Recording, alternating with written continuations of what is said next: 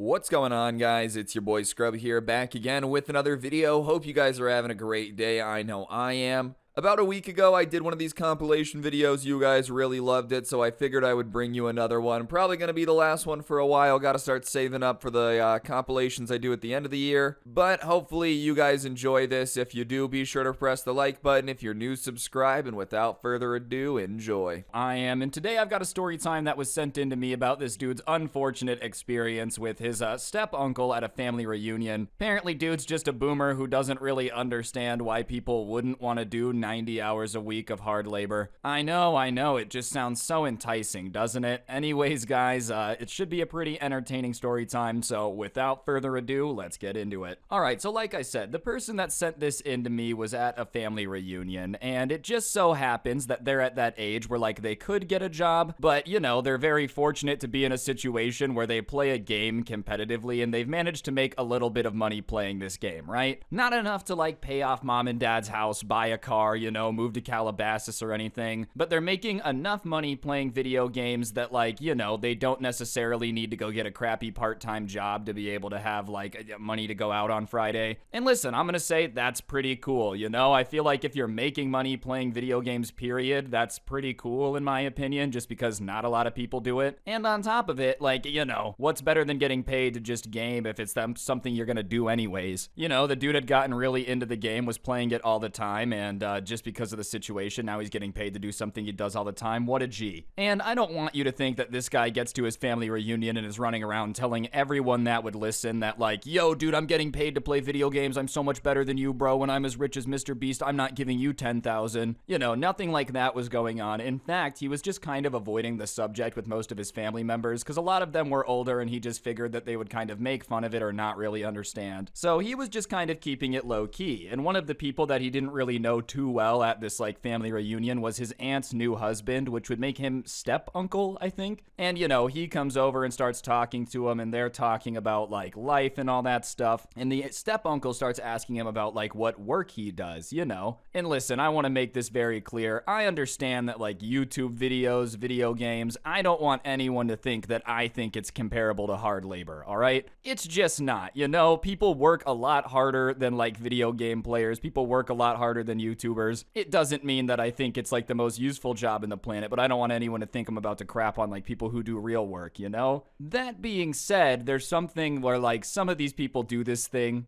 and I'm not saying 99% of people who work very hard jobs aren't like this, but there's the 1% that's like, oh yeah, you know, if you're not willing to work 90 hours a week of overtime and sweat and almost die the entire time you're working, then you're just not working, you know? Like, you know the type I'm talking about, where they're like, yeah, sure, I work 180 hours a week, but that's because I'm willing to grind and you're not. It just so happened that his wife's new husband was one of those dudes that's like, if you're not out there breaking your back, then you're not a real man. You know, so he starts asking this guy who happens to play video games for money about his job and whatnot, and he starts prying a lot. Like, well, what do you do? Like, oh, what's your specialty? Da-da-da-da-da. And eventually, after a lot of prying, he just decides to come clean, and he tells this dude, he's like, listen, I play video games for money, you know, it's not a ton, but, like, it's fun, I really enjoy it. And the step-uncle literally does, like, a sound, like a idiot, and starts screaming at him like, well, that's not real work, you know, I was asking if you have a job. I didn't realize that you were one of these idiots that think it's hard work to be on the computer. And the kid's just kind of confused a little bit because it's like, listen, bro, even if you don't like that people are playing video games for a living, it's just kind of weird to start insulting your, like, wife's nephew because you don't feel like what he does for money is a real job, because it really doesn't matter if you like it or not. I mean, if he's getting paid to do it, it just is what it is. It's kind of a job, right? You know, there's a lot of stuff that, like, people would be like, you can get paid for that? And honestly, as long as the person's getting their bag and it's not affecting anyone in a negative way, it really shouldn't matter, right? So he's confused and he's like, yeah, well, you know, I never said that it's insanely hard work. I never said that it's the hardest job in the world, but I'm getting paid for it, so, you know, it counts. And that's a pretty fair defense. You know, not once was this guy like, yeah, by being a professional gamer, I actually have the brain power of 80 normal adults. He just said, yeah, sometimes I get paid to play video games, so I don't really have a part-time job while I'm in school. And his uncle's response to him explaining that is like, well, no, it's just actually pathetic that you think that's work at all. And at this point, he's just like, bro, what are you talking about? Once again, I'm not saying I work as hard as you. I'm not saying I work as many hours. You asked what I do for money, so I answered your question. And the uncle asks a question of him now, trying to like make him look bad. I just don't think the uncle really thought through the implications of this question. Because he's like, so what? You're telling me that if they were going to give you millions of dollars to play video games, you would just do it and you wouldn't have another job? Which, like, dude, I can't believe that question came out of your mouth because, yeah, I'm pretty sure anyone would do that, bro. I'll be honest, if a company wanted to toss me a couple million of dollars a year to just watch paint dry, dude, I would become a professional at it. You change that to just like playing video games for a lot of money. Yeah, who wouldn't do that? You're telling me that if you have an option, both jobs pay the exact same. Like, stick with me here. Hypothetically, there's an imaginary job offer, right? They're like, we're gonna pay you $2 million a year. Your option is to do a bunch of hard labor, or your option is to play video games, and your payment's the exact same. Listen, I don't know why you would choose to go break your body and work really hard if you don't have to. Like, duh, he's gonna pick that option. And so that's what the kid says to his uncle. He's like, yeah, of course I would. If the situation presented itself to make a bunch of money as a video game player, I would take it. And he starts going off on this rant about how like video games make you pathetic and this entire generation has just turned into a bunch of entitled lazy people. And listen, I'm not gonna say that there's not entitled lazy people. I think they're in every generation. It is what it is. That being said, I'm not really understanding how this dude putting in work and winning tournaments to get paid makes him pathetic or lazy or not wanting to work. Like, I've never been exceptionally incredible at video games. I've been to tournaments before and stuff.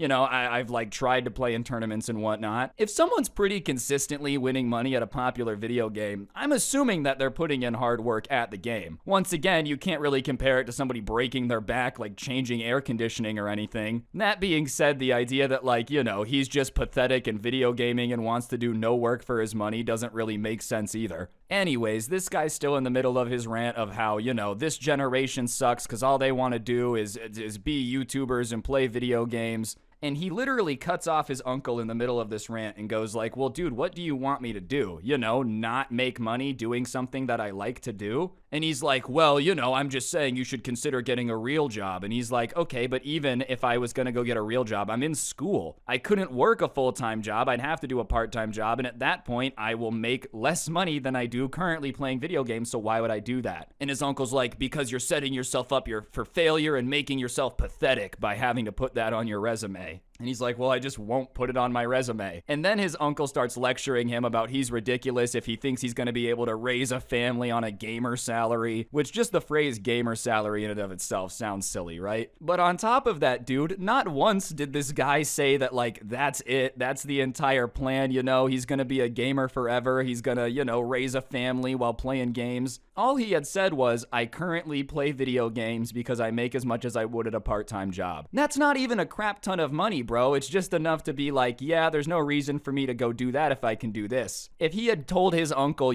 I'm dropping out of college, I'm dropping out of high school to start pursuing this gaming career where I'm making $50 a week, yeah, by all means, go off on him. Tell him that's a horrible idea. But he didn't say that. The dude's still in school. He still has college plans. He's aware of the fact that, like, sure, everything works out. He gets to play video games. That's the dream. But he's not delusional out here being like, yeah, I actually punched my mom in the face with my textbook because she said I couldn't drop out to become a pro player. So this giant rant that this dude's step-uncle is going on just doesn't really apply to him, like, in the slightest. And I also love this boomer, rhetoric. Oh, video games make people pathetic and lazy. Listen, dog, there's literally been lazy people forever. In fact, one of my favorite things I've ever found is this quote. I really can't remember where it's from, so whatever. I guess it's not too great at the quote thing, but it was something like some dude from the Middle Ages saying that his kid had been reading too many books. I think whatever generation is before the generation that's currently there just isn't gonna understand them and thinks they're lazy and not doing everything right. And you know what? Sometimes they're right. I'm not gonna sit here and say that Gen Z's got the strongest work ethic to ever exist, but to say that all of us are pathetic because we play video games just doesn't make a whole lot of sense, If video games made everybody pathetic, then just the entire population of young people would be pathetic, dog. Every mom that's got Candy Crush downloaded is technically pathetic by your analysis here. And I don't know, man. I just don't feel like everyone that plays Candy Crush is pathetic. Sure, I'm not gonna say everyone playing Candy Crush is also a stud, but to be like, video games, if you play them, pathetic. Kind of weird. Anyways, Uncle's going on a rant, and he's like, still trying to explain to him, this isn't my life plan. I don't think I'm gonna raise a family on this, dude. I never said that. And he's still going off about how it's a horrible idea and he should just quit video games and get a real job. And at this point, he's just screaming at him. And so everybody at the family reunion is starting to look, and his wife walks over to him and is like, hey, what's going on? And he's like, did you know that your nephew was playing video games for money? And she looks at him and she's like, oh, that's really cool. And he's like, you think that's cool? I think it's gonna warp his mind and turn him into a pathetic loser with no work ethic. And his wife looks at him and just asks him like a question that truthfully he should have asked sooner, but just hadn't come to his mind. He's like, well, why do you care? And he's like, what do you mean, why do I care? And he's like, listen, if he wants to play video games for money, as long as he can support himself, who cares if he's lazy? It doesn't really impact you at all. And he's like, yeah, but, I don't want people to be lazy. And he's like, all right, I understand that you don't want people to be lazy, but as long as he's making money, why do you care? And, step uncle's sitting there stammering for a little bit, not knowing what to say. And then he starts being like, well, look at the hours I have to put in. It's not fair that he would get to play video games and make more than that. And the kid's like, yeah, I'm not saying it's fair, bro. Like, by all means, I get where you're coming from. It would suck to work 90 hours a week, and just know that, like, someone playing video games made more. That would suck. That being said, what do you want me to do, bro? I'm in a position to get paid to play video games. Don't hate the player, hate the game. Like, what? This guy's supposed to turn down money for playing video games because his uncle works really hard at a job? That's just not his problem, dude. Like, I can understand how it's annoying, but what? He's supposed to not take the money because you work hard? And so he says something to his uncle about like, yeah, I can understand how that's frustrating, but I don't know what to tell you. I'm not going to stop getting paid to play video games just because you don't like it. And his uncle snaps back something along the lines of like, well, then I guess you'll just have to live with the fact that I don't respect you. Which, listen, man, call me crazy. If you're going to tear into me, call me a loser, say I'm pathetic, make fun of my job, I don't really care if you respect me because it's pretty obvious that you already don't. Like, if you already are calling this dude a pathetic loser who's lame and is going to be a pathetic loser forever, what does he have to lose by you not liking him? It's not like you're, his biggest fan right now anyways. And even then, what? Oh, you're not gonna respect me? You're right. Oh, I shouldn't get paid to play video games. That's so true. Like, what, bro? Hey, man, listen, you should just quit your job. Otherwise, your mom will be mad. Okay, well, I guess my mom's gonna be mad unless you try to start paying my rent or something. Anyways, he looks at his uncle and says, well, I can live with that. And at that point, his uncle gets pissed and literally, like, goes and storms into the garage, and everybody in the family reunion is kind of just like looking at the situation awkwardly. And he wasn't trying to make a scene, but it is what it is, bro. Like, he's the one that stormed out. And what did he expect him to say, man? Like, all right, I can live with that. Like, you're the one saying that I don't respect you anymore. Like, what did you want him to do? Get on his knees and cry? But regardless, he storms out of there, and they just kind of like didn't talk for the rest of the family reunion. He talked to everybody else fine. A couple of his like, younger cousins thought what he was doing was really cool, because obviously at that point a lot of people started asking about it. It is what it is. You can't have a screaming fight about something and expect people not to mention it after that. But the entire time that the family reunion was going on, his uncle just like wouldn't make eye contact with him, and whenever he was near, he would just loudly complain about like how lazy the new generation has become. Which, listen, bro, you want to talk about not respecting this kid, like, at least go up to him and be like, I don't like you, you're lazy. Instead of just, oh, this generation's become so lame, as loud as possible. And to make things just even more awkward, right? You gotta remember, this is a fully grown man. You'd think after an hour or two he might calm down and be like, wow, I got really mad at this kid for making money playing video games. That's kind of silly. But instead, when he went to say goodbye to everybody, dude, he literally walked around the party and gave everybody this big long, like, it's such an honor to be a part of your family now. Thank you so much for inviting me. Just this big sappy speech. But when he got to the kid who, like, was playing video games, he was standing with his mom, his dad, and his brother. And this dude's step uncle literally said goodbye to everybody in his family except for him, and like didn't even acknowledge him. Just still the entire time he was saying goodbye, like just averted eye contact, avoided mentioning it at all. Which, listen, man, I'm just saying that's even more on you, bro. You don't like somebody, I guess you don't have to talk to them. But if you're like some grown man beefing with some kid because apparently you work harder than him and you hate that he gets paid playing video games, and then you don't make eye contact or like say goodbye when it's also your wife's nephew, I don't know, dude. Why are you letting this kid live in your head rent free, man? Like, listen, I understand that it would suck, right? I'm not saying I don't get why it sucks, but you're just letting him get a massive W by pretending he doesn't exist and, like, being afraid to look him in the eye or talk to him, you know? What do you expect this 16-year-old to do? 720 no-scope you? Like, dude, you're a grown man. Either way, obviously, the entire interaction was very awkward, but, you know, believe it or not, he did not end up quitting and never playing video games again just because his step-uncle got very upset about it. My goodness, who could have possibly seen that coming? I'll be honest, even if my uncle was like, I don't like this, I'd be like, well, that sucks for you, bro. It's not your life. It is what it is. All right, so this story time actually takes place on this guy's Father's Day celebration from last year. So happy Father's Day. But, you know, about a year ago, him and his family decided to get together at their grandparents' house. And it was something that they do every year. It's his grandpa, his dad, his uncles, all that jazz. It's kind of a family day where they celebrate all the dads in one.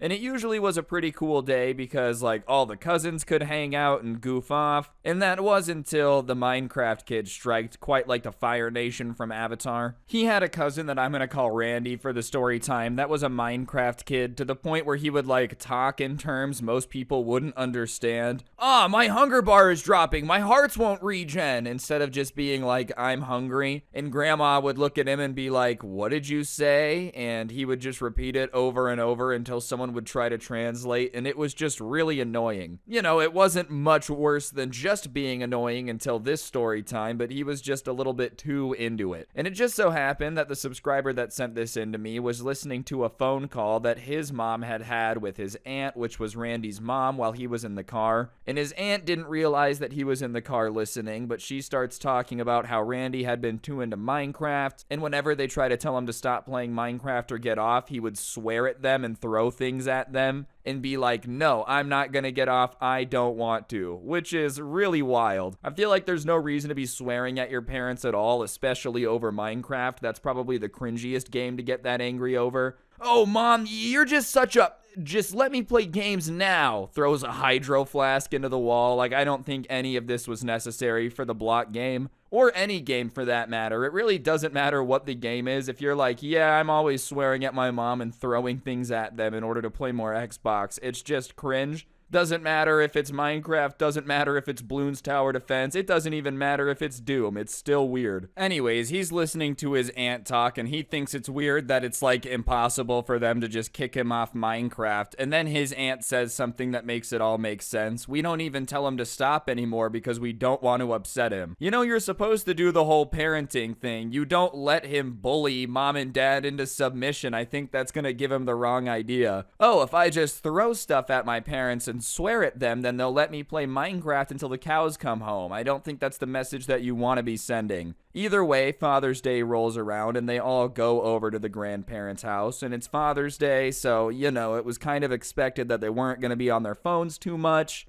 You wouldn't bring a game console because it's just one day. You don't really need it. You can spend one day with your family a year and it's not that big of a deal, and you don't need to be like playing video games for one day, which seems kind of fair. I love video games. I literally do, but I don't need to play them all the time. In fact, when I'm on vacation, it's not like I'm sitting there itching. I need to hit a COD, man. Either way, Randy walks into the party with a TV in his hands and a backpack on, and he walks right past everybody, doesn't say hi, into his grandparents' den, and just starts to set up his game console. He had brought a whole setup over to Father's Day just so he didn't have to interact with anyone and ignored everyone. Not even just an iPad either. He really busted out the whole TV, dude. He brought an entertainment center, basically, over to grandma's. And his grandma walks into the den and says something along the lines of like, hey, you know, don't forget that it's Father's Day. You didn't really have to bring that. Let's not play too much. And he didn't even say hi to anyone. So her being like, hey, we don't need to do this right now is fair. And he snaps back at his grandma saying, the reason I didn't say hi is because it has nothing to do with Minecraft. Which, yeah, I don't think saying hi to your grandparents should have anything to do with Minecraft. There's no reason to have an obsession of that level. Like, I get being passionate about things, but you don't need to talk about it literally all the time, especially snapping at grandma. I don't think she knows anything about Minecraft. It's not like she's gonna know what's up. Plus, snapping at grandma is just rude. Think about all the mac and cheese she's ever made you, dude. Just be nice. She's just trying to do the old lady everything, tell you to come spend time with your family instead of playing Minecraft because you brought your entire TV for some reason. Gonna ask them to make the internet better just while you're here. And his grandma's kind of taken aback by the response because it was rude, but she just decides to walk out. But when she goes out to where everybody else is, she says something about how he was rude and wanted to play video games. And his grandpa is like, well, not on Father's Day, I'll handle it. And he goes to talk to his cousin.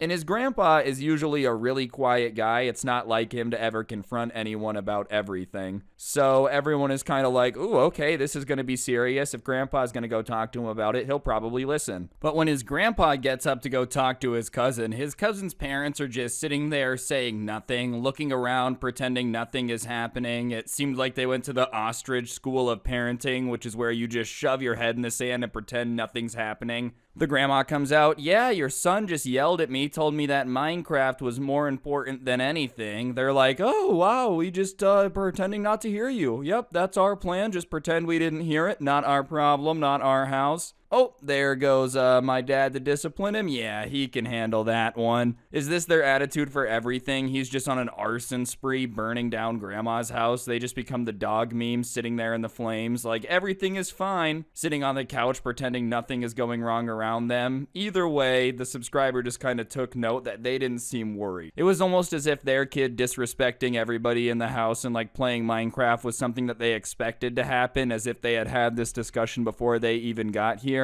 But either way, the grandpa goes in there and says, hey, it's Father's Day. I know the video games are really cool, but we would really appreciate if you would come out and celebrate with me, your dad, and your uncles today. So just come on, spend time with the family. We'd really appreciate it. You can do this later. He wasn't mean about it. It's not like grandpa went in there all boomer mode. These video games are ruining your brain. No, he was just like, hey, now's not the time. I get you like this, but your family's out there. Come hang out. Well, apparently Randy did not want anyone to tell him to get off the Minecraft. Because he turns to his grandpa and says, like, go away, old man. I don't care about stupid Father's Day. I have a game to play. Which is just hilarious to me. Get away, old man. I've got a game to play. But his grandpa's shocked at how mean it is and like kind of yells at him a little bit. You will not talk to me that way. Which is how most parents or grandparents would have responded to that. You know, like someone snaps at you, says you're an old man, go away when you're trying to be nice. You'd probably be like, hey, don't talk to me like that. In the living room, here's the grandpa yelling, don't talk to me that way. And that finally makes Minecraft kids' parents get off the couch and go in there. You would think to be like, hey, stop yelling at your grandpa. But no, because when Randy's mom walks into the room, she starts going off at the grandpa. Why are you yelling at my son? What is going on? And he's like, he told me he's an old man and he doesn't care about Father's Day, so I said don't talk to me like that. And his mom defends Randy and says, well, it's his choice to talk like that. We live in America. You're not here to patrol his language. Which, fair. Technically, we live in America. You can say whatever you want, but it's very rude to talk to your grandpa like that, especially when he's just being insanely chill, asking you to come spend time with the family on a family holiday. How are you gonna sit there and be like, it's his right to curse out grandpa, everything's chill? Poor grandpa just wanted to spend time with the family on Father's Day. This guy's like, no, Steve is more important. At that point, the subscriber's dad, though, sides against his wife and his kid and is like, all right, come on, you don't need to yell at my dad on Father's Day. And he looks at his kid and says, like, just get off the Xbox and come spend time with the family. And the grandpa says, yeah, get off and come spend time with the family. And his mom snaps at the grandpa again and is like, you are not in charge of my son. Don't tell him what to do. And now it's an awkward standoff situation. And listen, if I was in Randy's shoes at this point, I would probably just get off the Xbox and go to the living room. There's no reason to turn this into an episode of Maury where people are going to end up like throwing chairs and screaming at each other. Minecraft isn't worth it, dude, but I guess he didn't give a crap. In his mind, he was like, let's up the ante. We've got to go full Maury. Let's have all the daytime television shows related to that in 1 second. Because he yells out that he doesn't have to do anything he doesn't want to do, and all he wants to do is play Minecraft, so you losers better leave him alone. And at that point, the grandpa's just getting insanely pissed, and he looks at his grandson's parents and says, look, either you guys have to stop and reprimand him and tell him that's not appropriate, or I think that all of you should leave, because I'm not going to be talked to like that in my house. And this time, his son, Randy's dad, goes, you would kick us out of the house on Father's Day? Yeah, man, that's what happens when you're just screaming at him, telling him you don't respect him, calling him a loser, saying that it's not important. Like, yeah, go home. If you guys are just gonna sit here and argue with me the whole time, then go home. Your kid's just gonna play Xbox, then he can play Xbox at home. Your kid's talking to grandpa like he owns the place. I wouldn't be hyped that you weren't doing anything either. And all he's saying is discipline the kid or you have to leave. If you were doing any of the parenting thing, you would realize that even if you want him to be playing Minecraft, there's no reason for him to be screaming that grandpa's a loser, especially on Father's Day. It's just really mean. Like, I don't know, yelling at your grandpa, calling him a loser is mean any day. But on the day where you're supposed to be celebrating dads, it just feels especially cold. Yeah, I do have a granddad, but he's a loser cringe lord that doesn't understand Minecraft. Like air horns going off in the background. And now it's just turned into an all-out family fight. And keep in mind, all of this is over Minecraft. The entire family is screaming at each other, arguing because this guy just had to get his Minecraft hours in, bring the entire TV, the whole gaming setup. It was more important than than the entire family relationship. Somewhere out there, the maker of Minecraft Notch is sitting there like rubbing his hands together. I knew eventually Steve would have the power to destroy families. Randy, though, decides to turn it up to 11 and says some of the cringiest things ever, screaming that he doesn't respect any man in this room except for his dad and Minecraft Steve. And everyone's like, what? Because in this room are his uncles, his dad, his grandpa, like a bunch of people from his life. And he just says that, nah, they're irrelevant, they're stupid. And he says that Minecraft Steve is twice the man that his uncles and grandpa will ever be. And I don't even know how you're supposed to respond to that. Like, you respect a video game character more than your grandpa? Kinda weird, especially a character that doesn't even do anything or talk like Minecraft Steve. Any character would have been insanely cringe. Like, no matter what you said. If you said, oh, Ratchet from Ratchet and Clank is better than my dad. Weird. But this guy doesn't even have a personality. He's just basically an inanimate object that you completely control. All right, Steve is Steve. I guess he's 4 times the man anyone that actually exists is. But at that point, the subscriber's mom tries to calm everything down and is like, well, he didn't really mean that. Let's just all calm down. This is getting so out of hand and getting too heated. There's no point for anything to get this complicated over a silly little video game. And his mom said that, not trying to diss the video game, but pointing out, like I said, that the family is kind of tearing themselves apart over a video game. And Randy can't handle anyone disrespecting Minecraft, so he yells at the subscriber's mom that, like, it's not some silly little game. I've learned more about life from this game than anything you could have ever taught me. It's made me an architect. It's made me a strategist. And you know what? It's even got me interested in poetry. Which, hey, I don't know how that works. I don't know of anything in Minecraft that will get you interested in poetry. But even then, let's analyze that for a second, right? You just gotta calm down. Video games don't turn you into anything. You can't play Minecraft and call yourself an architect. You know how to build in Minecraft. But if you go and try to like get a job designing and building a building and you go, I have plenty of experience in Minecraft, they're gonna laugh you out of the room. Like, you're not a strategy genius either. Imagine you signed up for the army, you get to basic training. No, you don't need to show me how to use an M16 or an M4. I've played enough Call of Duty. Like, video games are just not reality, man. And after that statement about how apparently he's a master strategist, the grandpa had enough and yells that they need to get out of his house. And Randy and his family are shocked, thinking that they would just argue forever and everyone would bow to them.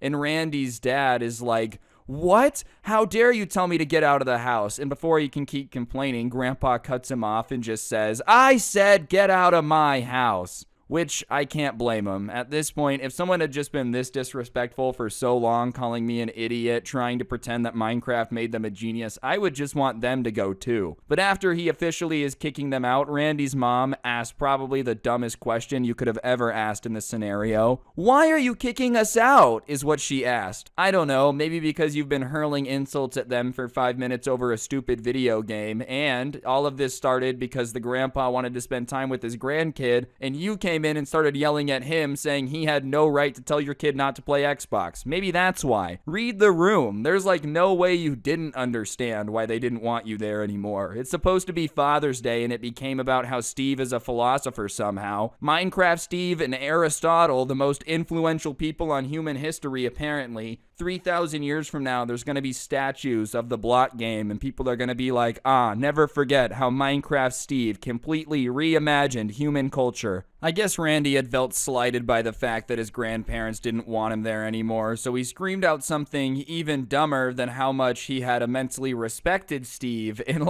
just insulted his dad too, because he just yelled out, "I wish Steve was my dad!" Okay. I mean, I don't really know what you want them to do with that information. You would still blow off Steve to play Minecraft even if he was your dad on Father's Day, but I don't really know what they're supposed to do with that. And also, why insult your dad? He's been having your back. I mean, your dad's on your side having your back, and you're gonna dunk on him and be like, "I don't even want my dad. I wish Steve was my dad. Minecraft Steve is the coolest person to ever exist. If anyone questions Minecraft Steve, they better be thrown to the wolves." You know, I actually want to create a camp where I have a bunch of grizzly bears. I don't feed them a whole lot. Anytime someone insults Minecraft, toss them into the bear pit, baby. That's Randy's plan. Imagine having a dad like Steve, too. Just roll with me for a second. Let's pretend somehow miraculously he gets Minecraft Steve as a dad. What's he gonna do? Just silently punch trees? "Hey man, where's your dad at?" "Oh, I don't know. A few weeks ago, he went out on an expedition and hasn't been back. Probably looking for a village and punching trees forever." What a weird sentence.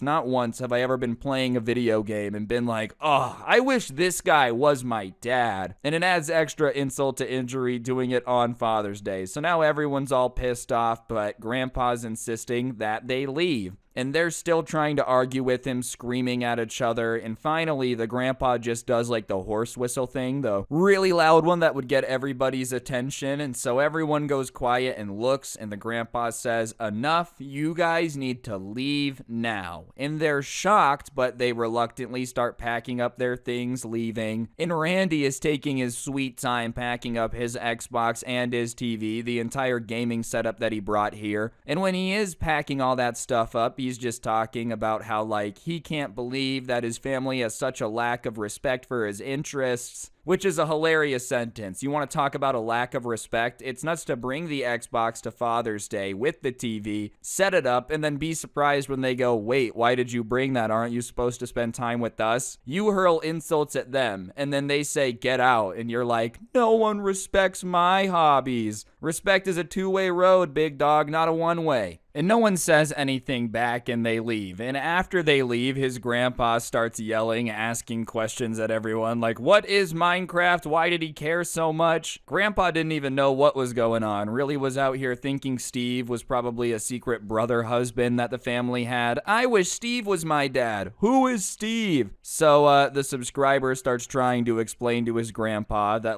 it's just some video game, and no, most people are not that into it. That's a very rare situation. And as he's explaining to him that most people don't end up trying to fight with their family over Minecraft, the doorbell rings. And Grandpa goes to answer it, and when he opens the door, he's like, "I told you guys to get off my property." And so the subscriber moves to be able to see who's standing in the doorway, and he's shocked because standing there is Randy and his mom. They needed to come back and get the last word in. They just couldn't leave like that because they had been kicked out. And Randy is like, "Grandpa, I have something I want to say to you." And you would think it would be an apology. There's no way he came all the way back up to the door to not get his attention and be like, "You suck even more." I was thinking he was going to apologize. And the fact that his mom's there makes the subscriber super confident he's going to apologize too. Because if he starts going off on his grandpa, then that means that mom had kind of signed off and approved of it. And so he opens his mouth, and instead of an apology, he just launches into this insulting tirade. And I don't know why he thought that was the best course. If you really want to play Minecraft, here's your chance. Go home.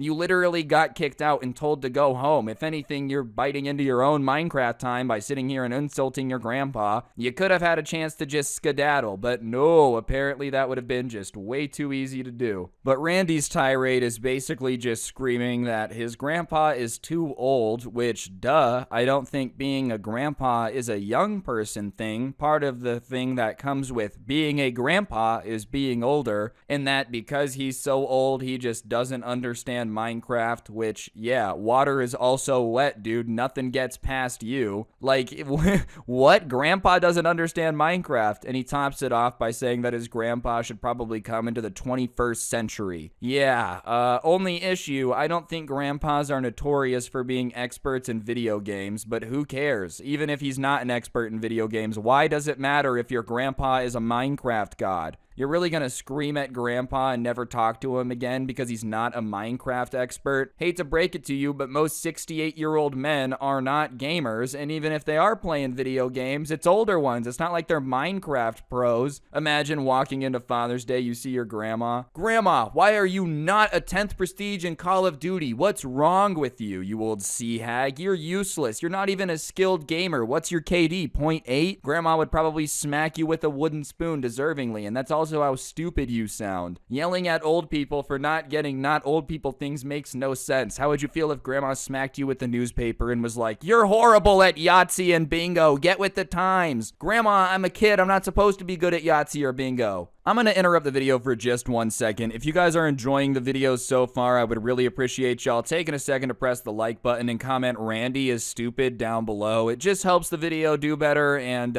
you know, I like when videos get more views, so if you don't mind liking and commenting, I'd appreciate it, and let's get back to the video. No matter how stupid the rant was, his grandpa is just standing there listening to him, and then says, "Yeah, okay, kid, whatever, just leave now," and slams the door on them as they're explaining how he's too old and he needs to enter the 21st century, which has to be one of the most gangster moves of all time. And you know what? Another thing. I think that old people smell like boomf, just doors slam in his face. What a legend. Nothing says I don't care about your rant like slamming the door on the rant, and who cares what Randy has to say? He probably thought it was going to go into like movie mode where grandpa would listen to the speech and start crying and be like, "I'm so sorry, please come back and play Minecraft in the house and teach me everything. I want to understand Minecraft, please. I didn't realize it was making me so stupid." No, this is real life. Grandpa doesn't beg to play Minecraft. Grandpa slams the door on your face, and I don't know what else you expected, but that's a pretty grandpa move. But they didn't leave. They were still on the other side knocking and asking them to come to the door, but grandpa didn't care. He said, "Nobody answer it. Let's just go back to enjoying Father's Day." So they all started hanging out, and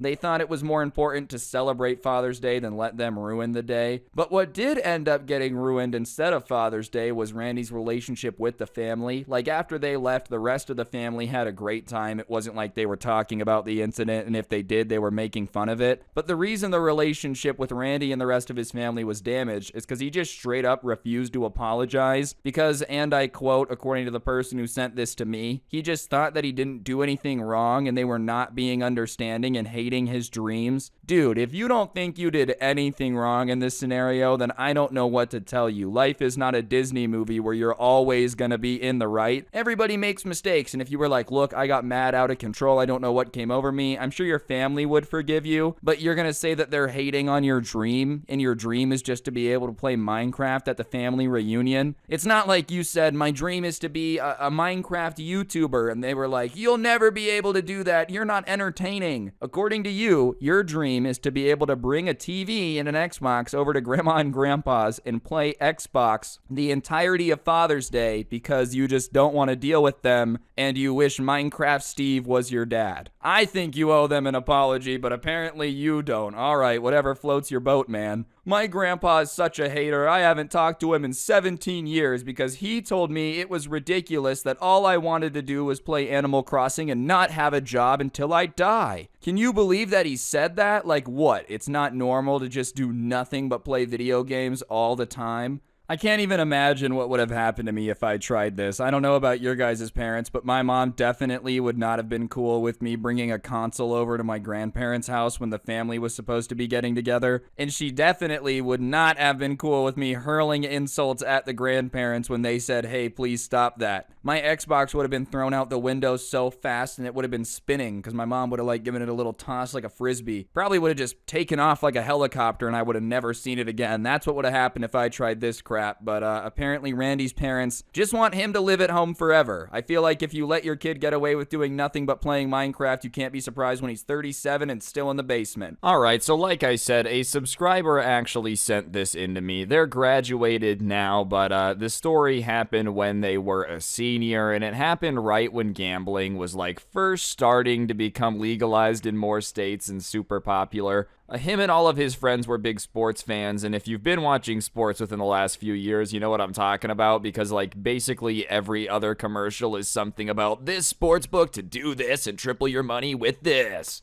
Anyways, they were all kind of watching this, and their group chat would kind of text back and forth about games and whatnot, and one of their friends had been watching this and decided that they could probably get people to gamble at school. And, you know, if people were going to be gambling at school, then somebody might as well step in, be the middleman, and take a cut of the money that people were going to be gambling at school, you know? And if somebody was going to have to be doing that, then it might as well be him and his group of friends, because if someone had to do it, they might as well get paid, right? So he basically sends a text to his group chat in the middle of these games saying that, like, all right, here's my plan. I want to be kind of a middleman for gambling at school, but I'm not going to be able to do it alone. Does anyone want to hear more? And the group chat kind of replies to that text the way you'd think, like, what are you talking about, bro? Are you joking around? Like, are you even serious right now? You know, there's no way that you're going to be able to come up with a way to actually do this. And he's like, all right, listen, I understand that it sounds stupid, but yes, I'm going to be able to do this. Hear me out. The way that we're going to do this and avoid all the, like, bad parts of a casino, you know, having to break people's kneecaps, people owing you money, all that stuff.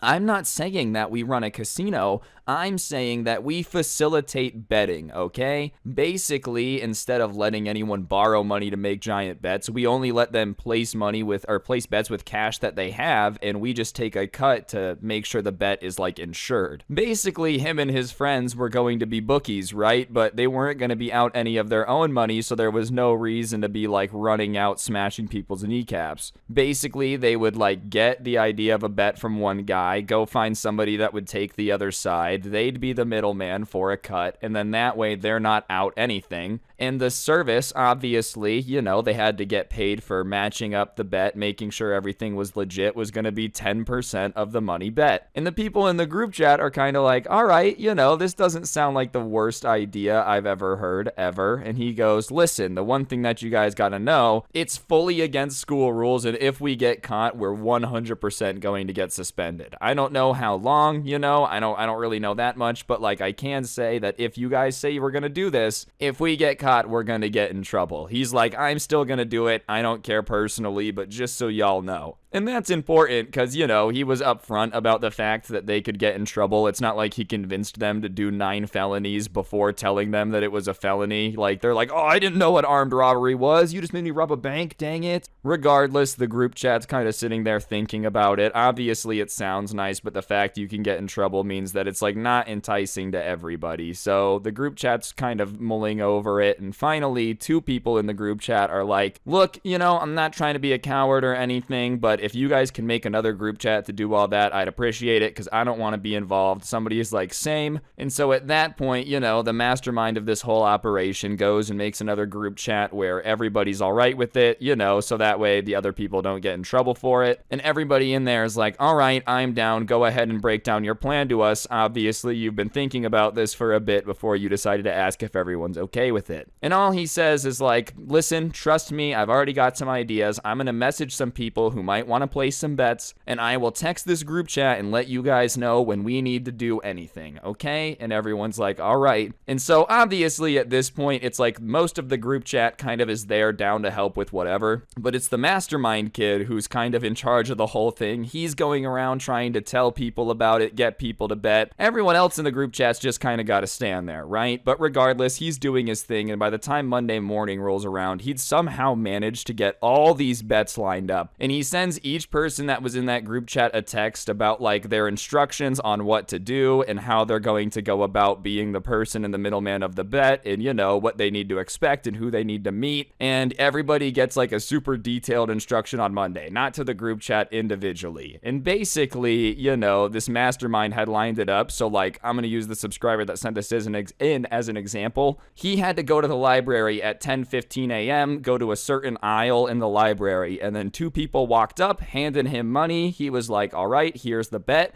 You know, he walked out, took the 10% out. And then the next day, whoever won the bet would come back to the library and get their money. The loser wouldn't come back because obviously, you know, it wasn't his money anymore. So they had designed like this whole dead drop system where you would just meet in some random spot of the school in random parts of the day. And so obviously this group chat's just kind of full of people like, I'm here, I'm this, I'm that. And they're just kind of wandering around the school, taking bets from everybody, taking their fee, paying out the winner. And overall, it was going pretty well because it wasn't like anyone's borrowing money. The losers kind of understood when they lost. It just was what it was. They didn't know like the exact meeting place. Sometimes they would use the exact same spot, but if they thought someone would be a sore loser, they would like text the winner and tell them to meet them somewhere else. But the only problem is obviously there's a reason gambling needs to be regulated. You know, it's not the type of industry you really want kids jumping into the startup market on, because people at the school really liked gambling. Gambling addiction's a real thing. Like, this is not something you should joke around and just jump into, because pretty soon most of the school was wanting to place bets in one way or another. And so obviously, like, what had started as this really small niche operation with only a couple people that were really familiar with the rules and knew what was going on, it started to get out of control very quickly. And what used to be like 3 or 4 bets a day was quickly turning into like 20, 25, and the entire group couldn't get out of class enough. There was just no way that they could like help the amount of people that were wanting to place bets. And so obviously they had a little bit of a meeting and they're like, well, what can we do? We don't want to shut this down because we're making good money. 10% of all the bets in the school at 25 bets a day was good money, but you know, they also were like, I can't get out of class every 30 seconds to take a bet. So they decided at that point to put a minimum in place. Like, if the overall bet wasn't at least $25 a person, then they just weren't going to bother, which sounds nuts. But if you have 25 bets a day and you have to get out of class and go do it, like, you kind of got to realize that, you know, if they're taking 10%, that's only $5 on a $50 bet. So it's not like they're really charging an insane amount. That's just probably what's worth it to leave class once an hour. The only problem is when they did that, there was still a lot of people that wanted to place bets for like not a whole lot of money. And another group of kids decided to come in and kind of like take their spot of all the people that wanted to bet that didn't bet all of this money. And you know, while this original group had made sure to like not let people borrow money, because obviously that was going to go bad very quickly, this new group hadn't really thought about it too far. So of course they start letting people make bets on margin, borrow money from the casino to gamble, which is never ever a good idea ever. And the original group had avoided this because they knew it gets out of control really quickly. Like, there's just nothing good that comes out of owing a bunch of people a bunch of money, especially when you owe them a bunch of money for something that's against the rules. And obviously, to just avoid this, they were like, look, if you put your money on the line, that's your problem. We're going to take a fee, but like, you're not going to borrow money from me because then I have to get my money from you. And the amount of money that they had been making just taking this 10% was good enough where they didn't even really need to let people borrow money. Like, their 10% had been making the group total overall $1,000 to $2,000 a week before, you know, they decided to do what they did. But at this meeting, after the minimum, and they had another meeting kind of realizing that this group was starting to let people borrow money, and they decided at that point to just shut down the entire operation, because they realized that this was going to get out of control quickly. Now that people were borrowing money and everyone was gambling, it was a matter of time until a teacher caught them or something bad happened. So they decided to shut down their operation. They had made a decent amount of money for a couple months, but they were like, nah, it's not worth getting in trouble. Like, it's just a matter of time of getting caught at this point. So they tell everybody that had been using them that, like, they can go use this other group if they want to keep gambling, but they're done. So this other group gets a huge rush of a bunch of other people, so they're not complaining, they're not mad about it. But now even more people are gambling, and it's like this group of people letting people borrow money and just overall not run it the way it should be run. Not that anyone should run a school casino. Don't do any of this. This is all a bad idea. But regardless, they're letting people borrow money, and it's not unusual for a kid to owe this group like $500-600. And obviously, when someone's like that, they don't really want to pay it back. There's a reason they borrowed it in the first place. So this group is now having a situation where tons of kids owe them like sometimes $1,000 that they had been using to gamble. So they decide the best way to go about getting their money is to like pay someone to beat them up. You know, classic mafia tactic. They thought it was genius. It's really stupid though. A, because you just shouldn't go around beating people up. The best way to avoid this situation is to not, lend money to gamblers. It just seems like a horrible business model. As far as anyone you would want to loan money to, it's not a guy who's like, I plan to build a house for $200 and sell it for $250. No, you're just going to give it to the guy whose plan is like, I'm putting it on green. The only problem on top of all of that, A, it's just wrong to hurt people, and B, it's stupid, is it doesn't matter how tough you think your school mafia is. The second you start beating people up in the lunchroom, the teachers are going to do something. Like, there's no way they can just let that happen. Oh yeah, another kid just got his ankle broken in the halls. I don't know what to tell you. You shouldn't owe money to people. Like, the teachers are not going to let that slide. So they decide that's the best way to go about it. Obviously wrong for many reasons, but they decide whatever, this guy owes us money, it's right, pretending to be all mafia guys. Anyways, obviously once one kid gets beat up for owing this like gambling group money, they take him to the office to try to figure out why the fight happened, and he instantly snitches. Obviously, he's like, I borrowed money from them to bet on this game.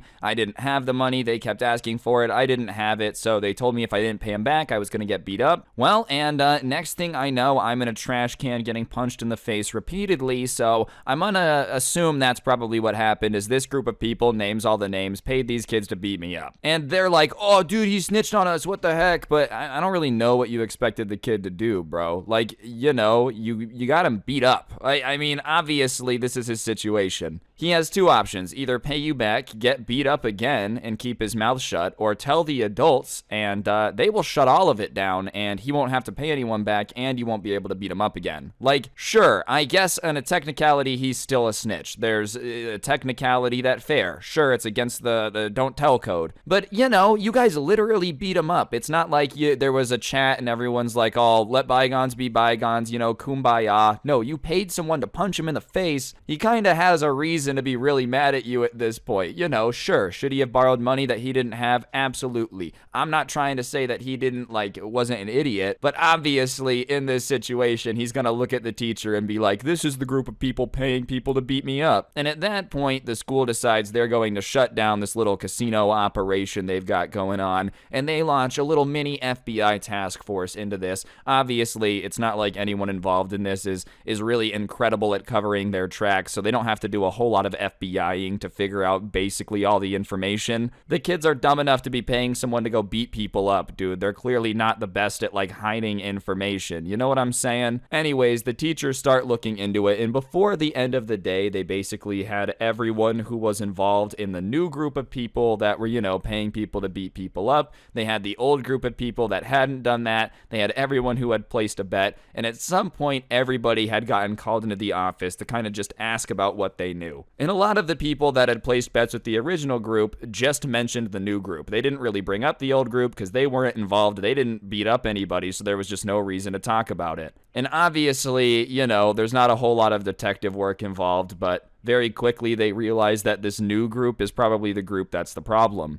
The only reason they even knew about the original group is because one kid had mentioned that there had been other people he had placed bets with and mentioned them. So, whatever, they end up calling the new group of kids into the office, the ones that had decided to go all mafia mode, and within seconds, they just break and tell on each other. They're like, no, it was his idea, here's where we put the money, here's what we did here's who we paid to beat him up, here's when we did it, here's the text messages, because obviously they hadn't really been thinking this through, but the original group that had not been letting people borrow money, hadn't been paying people to fight people, wasn't going out of their way to be obnoxious and get caught, they had obviously talked about what would happen if the teachers got on, and so they had prepared to tell this story that made sense. It admitted that they had done a little bit of gambling, but not that they had been running this middleman thing. They get called in separately, and each one of them tell the story about how, there was this group of friends that had known each other outside of school for a while, so obviously they thought it would have been fine to place bets in school was when they saw each other, so they had gambled a little bit with money at school. That being said, they hadn't taken bets for anybody else, and as soon as the other group had started taking bets for other people, they had stopped, which was kind of true, you know what I mean? So they're like, I'm so sorry, I'll admit that, we will never do it again. And so because they had been called in separately and told the same story on different occasions, the principal's reaction was like, we're disappointed in you, but at least you didn't run a gambling ring, so the fact that you were honest with us we'll take into consideration. And obviously the principal's not happy that he had two groups of kids gambling, right? But you gotta consider this. If one group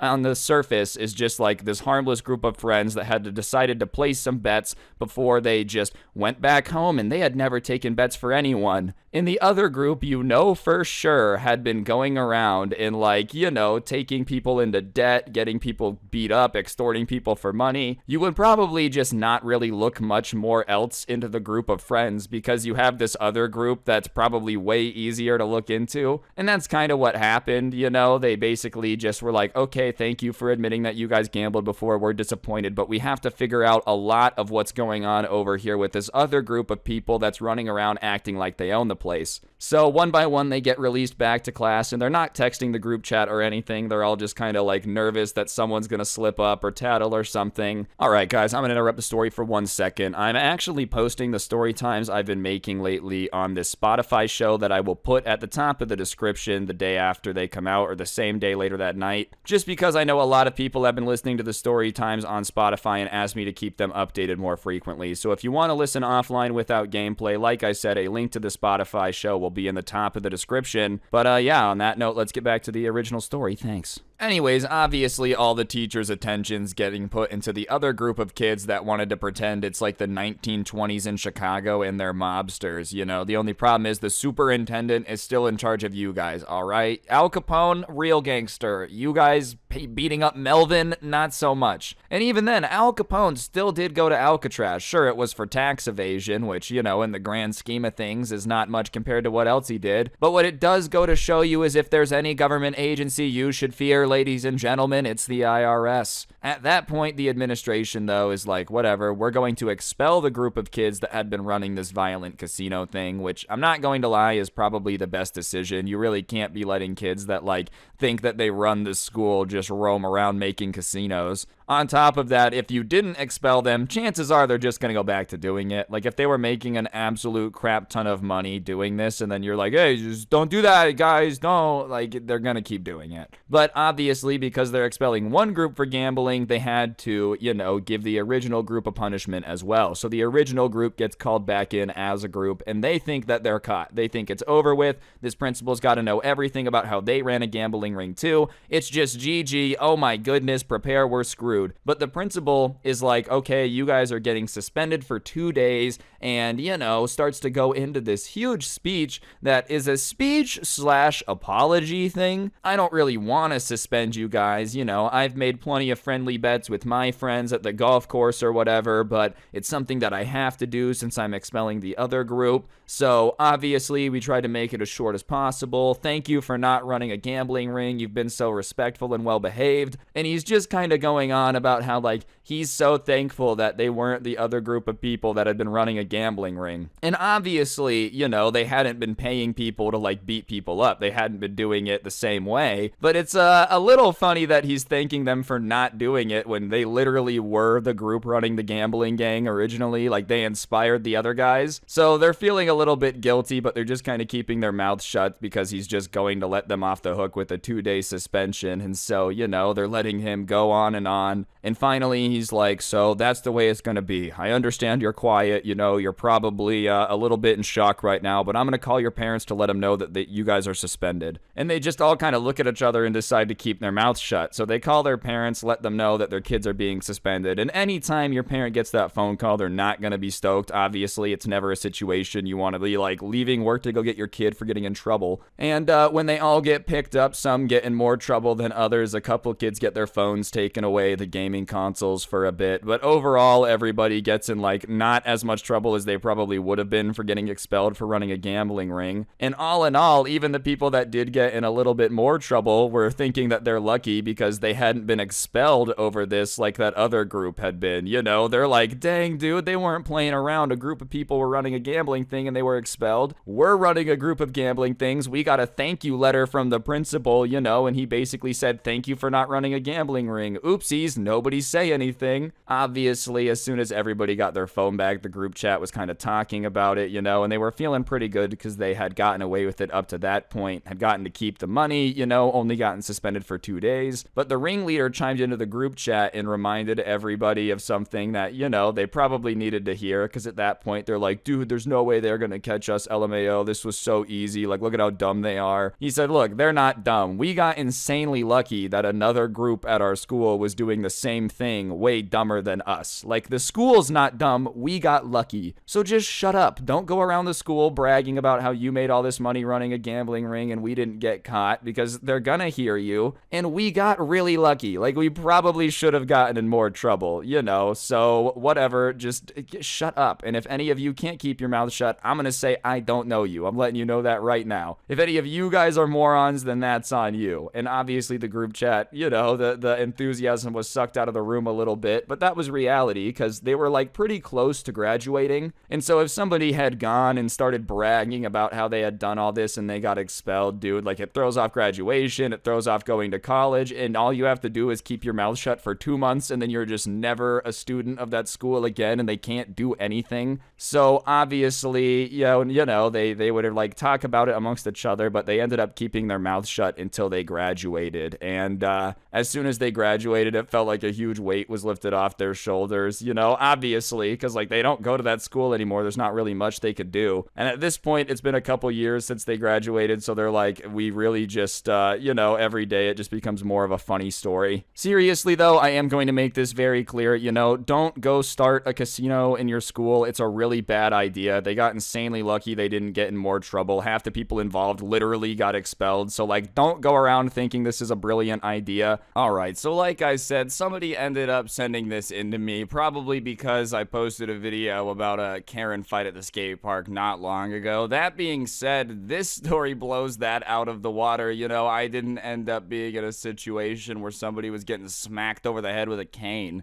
That is some pure, Alfred from Batman level stuff. When someone tries to break into the Batcave, he's like, do not you dare! Regardless, this is basically the ultimate showdown, so let's go. It was a standard Sunday afternoon when these dudes pulled up to the skate park. There was only one skate park in their town. It wasn't particularly large. In fact, the population was so small that there was only one skate park, and it wasn't necessarily the best skate park to ever exist. It was basically the bare minimum amount of things that you could put together and call a skate park. But whatever, it was what they had, and they were grateful to have a place to skate, so they were just kind of there messing around. It was 2 small wooden ramps, a rail that had some rust on it, and was like missing a piece off one of the ends, And I don't mean like an end cap, I mean it was like somebody had like cut a little box off the end of the rail. On top of that, there was a gap that it looked like somebody had gotten some concrete to kind of chip up and then chipped away at it themselves to make a gap. So it wasn't the nicest skate park to ever exist, but like I said, skate park nonetheless, which is the place where you're supposed to be skating,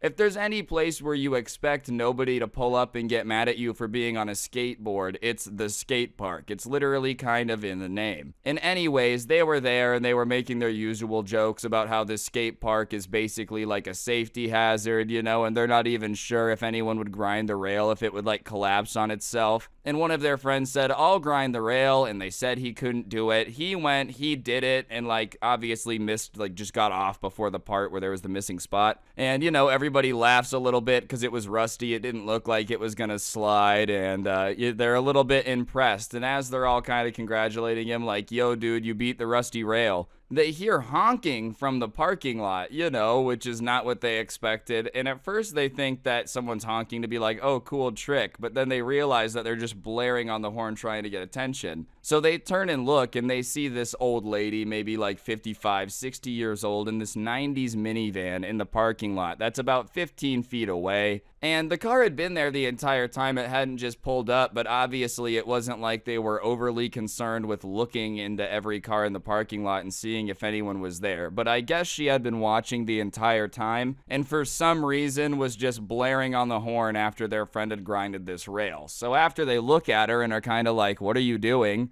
They can't talk to each other, but like kind of putting their arms up like, can we help you? She steps out of the car and is just immediately enraged. I knew I smelled trouble when you guys pulled up to this park. Now you're trying to break things. Whenever I see kids on skateboards, I just assume they're up to no good. I know that might be wrong, but I'm usually right, and this time I was. Look at you guys trying to destroy city property. And everybody's really confused because, this might be a reaction you might get, maybe. It's still super extreme if you're like skating in front of somebody's business. But everybody's super confused because all they were doing was skating in the skate park, and their friend had grinded a rail in the skate park. And on top of that, it's not like he's destroying the rail. Somebody cut a chunk out of it. It's rusted. What is him grinding on it going to do at this point that like nature and somebody else hadn't already done? Like I said, I can understand maybe why a business owner would get angry if you're jumping down the stairs in front of their business, scaring away customers or whatever. Like if you get hurt on his property, he'd be liable. It makes sense for somebody to come out and be like, you guys gotta go now. That would make a little bit more sense. But if you're just sitting at the skate park waiting for skateboarders to pull up so you can yell at them for using the skate park, I feel like you might be in the wrong in this situation because you're kind of going out of your way to put yourself in this situation, Ugh, I just absolutely hate cars. Nothing about cars makes me happy. Proceeds to spend 8 hours standing at like a freeway off-ramp, and then you're just really upset that you saw so many cars. Anyways, I guess, my point is they weren't really destroying anything. If anything, this is the spot they're literally supposed to be grinding on rails. The reason they build the skate park is so you're not going around grinding on rails in front of businesses. Anyways, they think that they can diffuse the situation by using some calm logic, and if you've ever dealt with some crazy Karen before, that's just not the case. So they try to explain that like, no, this is a skate park, it's a place that the city has designated that we're supposed to be able to skate. The rail is here so we can grind on it, that's what you do with your skateboard. It's not gonna break it, we didn't cut the hole in it, it's not like we're destroying anything. Which I can't deny is a pretty good explanation. But the only problem is it just goes in one ear and out the other because she just starts screaming, I just watched him grind on the rail. Do you think I got this old being dumb? And everybody kind of doesn't really know what to say to that because it's like, well, you kind of are looking dumb because we're not denying that he grinded the rail, all right? I'm not sitting here like trying to wave a wand in front of your head and tell you didn't see him do it. We're just trying to explain that it's okay that he did it to the rail, right? But whatever, everybody's kind of standing there in silence, not really knowing what to say. And one of his friends, the smart aleck of the group, decides to pop up at this point and says, I'm not really sure what any of that has to do with getting old, but I do know that you look old enough to have bad eyes, and if you think we're breaking anything, then it's obvious that your eyes have gone. Which, listen, man, kinda mean, kinda snarky, also kinda funny. I mean, if some lady's honking at you, giving you a bunch of crap for doing nothing wrong, like, and you tell her, okay, listen, maybe your eyes are gone, because whatever you're saying you saw clearly didn't happen. We're not breaking anything. But whatever, that makes her angry enough to start walking towards him, right? And they realize at that point that she has a cane. And I'm not gonna say that she was faking anything to just carry the cane with her, but it's not like she's leaning on the cane, if you know what I mean. Like, if you've ever seen somebody use a cane to get around, my uncle had a cane for a while, like, they put some weight on it, it's not like they're super fast to move around, they're using a cane. This lady was basically moving at like a perfectly normal speed with the cane, putting absolutely no weight on it. So listen, I'm not gonna sit here and say she had no reason to have a giant wooden cane, alright? It just didn't necessarily seem like she was moving with like a person that needed a cane. I feel like people that are just able to run an Olympic marathon don't go about their day with a cane unless they're looking to smack somebody at the skate park with it. But whatever, she's just kind of like approaching him at a pretty fast speed, walking at him with the cane. She's not even putting weight on it or putting it on the ground at all. She literally just has it kind of an inch off the ground, carrying it towards him. And she's pissed off about his comment about how, you know, she has bad eyes or whatever. I don't know if like she's just really, really against being made fun of for being old and not being able to see. But, you know, the entire time she's walking over to him, she's like, "What did you just say to me? What did you just say to me?" And he keeps trying to answer it and be like, "I'm saying if you think that what we were doing was destroying property, then your eyes have to be shot." Like, that's the only way that somebody would look at that and assume that we were destroying stuff. And on top of that, I think your ears might be shot too, because we keep trying to explain that we're not breaking anything and you won't listen to us. So please just listen to our explanation. We didn't do anything wrong. Once again, funny for sure, but I will say, not really sure if it's worth it. You know, you have a stranger, clearly not very aware of the situation, coming at you with a large wooden stick, and it's pretty obvious that the reason they have the large wooden stick is not because they, you know, need it to be mobile, but because they just kind of want to hit somebody with it. It's probably best to shut up. I understand that this lady's out of place, you know, you're supposed to be skating at the skate park, but clearly this lady doesn't understand the concept of a skate park, right? So your argument to her makes no sense. And she's also weird enough to hate skaters but stay parked at the skate park waiting for them to pop up like, you know, she's a cipher tripwire just waiting to go off. So sure, you are right, you know, her ears are bad, her eyes are bad, she's not listening, correct. But she's also nuts, and usually if someone's nuts and approaching you with a large wooden object, you just keep your mouth shut. Anyways, by the time he finishes the sentence about how her ears must be gone too because she's not listening, he's probably about 2 feet away with her. And at that point, she lifts up the cane, pulls it straight up over her head, like, you know in Smash Bros when you get the hammer, like do do do do do. She gets it into that formation and just brings the cane down on top of this kid's head, like top of the noggin, you know. And everybody is just absolutely stunned because you don't expect to be at the skate park and have somebody smacking your friend with a cane for skateboarding. And he just drops to the ground. And at that point, nobody's quite sure if, like, it's just he's in shock. He just drops so that way she doesn't hit him again. If he's actually knocked out, but he's dropped on the ground. And everybody's just kind of standing around looking at the lady because she's just, like, got this cane in her hand that she smacked him with, and she's not really moving or doing anything. And they're like, did she mean to do that? You know, they're not really sure what her reaction is going to be. But at that point, she turns around and demands that they answer her question. And her question was, "I know he's not the one that grinded the rail. Which one of you grinded the rail?" Which, you know, I'm saying is pretty ballsy of a question if you are like coming out with a cane to smack the people destroying property, but you're not sure which one of them did it. "I just know one of you grinded the rail. I'll smack all you on the noggin if I have to." You know, maybe her eyes were not the best. And at that point, everybody is not really down to answer questions anymore. They're like, "You just hit our friend. What's wrong with you? You smacked him in the head with a cane. We're at the skate park. That's why we're skateboarding. You need to get out of here, or like, we're gonna call the cops. You know, get out of here. We're gonna call the cops." And this lady, it was literally like she stepped off of a boat from 1982, because she's like, "Well, you can't call the cops. There's no way that you have a phone on you. There's no payphone around." I don't know if she knew that cell phones were existent, you know, as if you don't have the ability to just call someone in their pocket, but they keep being like, "We're not answering any of your questions. We're not telling you who grinded the rail. You hit our friend with a cane. We're not telling you anything. Like, you need to get out of here. We're calling the police."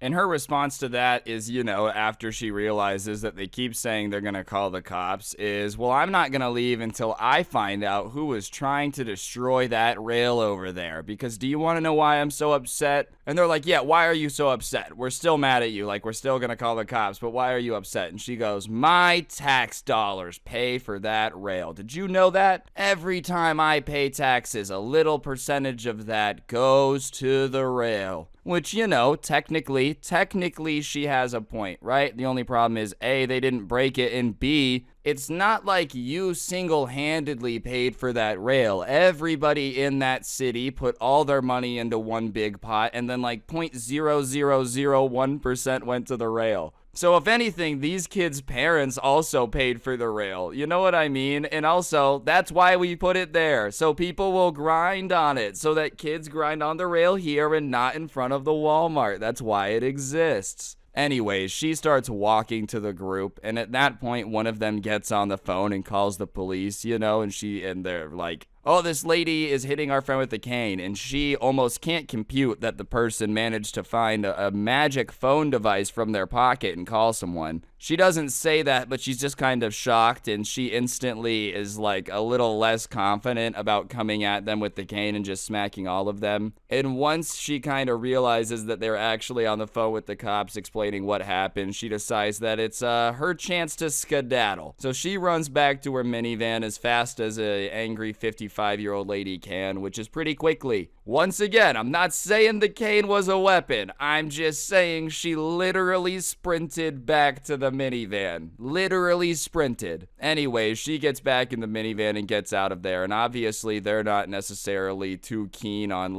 chasing after her. But they do try to get a license plate. And they're shocked to see that there's no license plate on the back of this lady's minivan. So she peels out of there. There's not really much they can do. So they go to check on their friend. And at that point, he's sitting up a bit. And he's like, dude, what happened? I remember some lady yelling at me and she was coming at me, and then I just remember waking up. And they're like, dude, she came at you, hit you on the head. Basically just give him a recap of everything that went down, and obviously he's a little bit stunned. He can't really believe it. But they're like, yeah, man, don't worry, the cops are coming, they're gonna take statements, don't worry, they'll figure it out. And whether or not he got smacked on the head with a cane, his reaction to them saying that they called the cops was not what they were expecting, because his eyes get all wide immediately, and he just is kind of like, you guys did what? And they're like, yeah, well, we called the cops. We figured you'd want to make a statement. We didn't get a license plate number, but she smacked you with the cane and knocked you out. And he's like, we have to get out of here now, dude. We gotta go. I have something in my backpack that would not be too fantastic for them to find, all right? I understand the lady hit me in the head. She's in the wrong. That's fair enough. I wasn't planning on using anything in my backpack. Obviously, we were going home after this, so, yeah, we gotta go. Because, I don't know, I got hit in the head. I'm not feeling too confident about my ability to keep cool. And obviously, I'm trying to stay monetized here, so I'm not going to go too into depth about it, but we'll just put it this way, all right? In the unfortunate situation where somebody would have pulled up and searched their backpacks, which, I understand technically they need a warrant for and all that stuff, but let's say that someone might have gotten a head injury and says yes to, can you look in your backpack? Yes! Okay, you're kind of screwed at that point, right? It would not have been the best situation because there was a massive Ziploc bag full of some stuff in this guy's backpack, and none of these kids can drive, right? So they decide that they've got to get out of there at that point. So they just got to get out of there. So they start looking and they realize that there's these woods next to the park that if they run over the ridge and get to the other side, they'll be on the side of the road and then they can skate down the main road and get back to where they need to be. And they're trying to get out of there before anyone shows up, right? So they start running into these woods. And as they're running into the woods, somebody's like, I think there's a car coming. And so they turn and they look. And sure enough, here comes a car coming in to pull up and check on the situation. And at that point, they all just drop. They're in the woods and they're like, oh my gosh, oh my gosh. And listen, it wasn't a situation where none of them were old enough to drive. Some of them were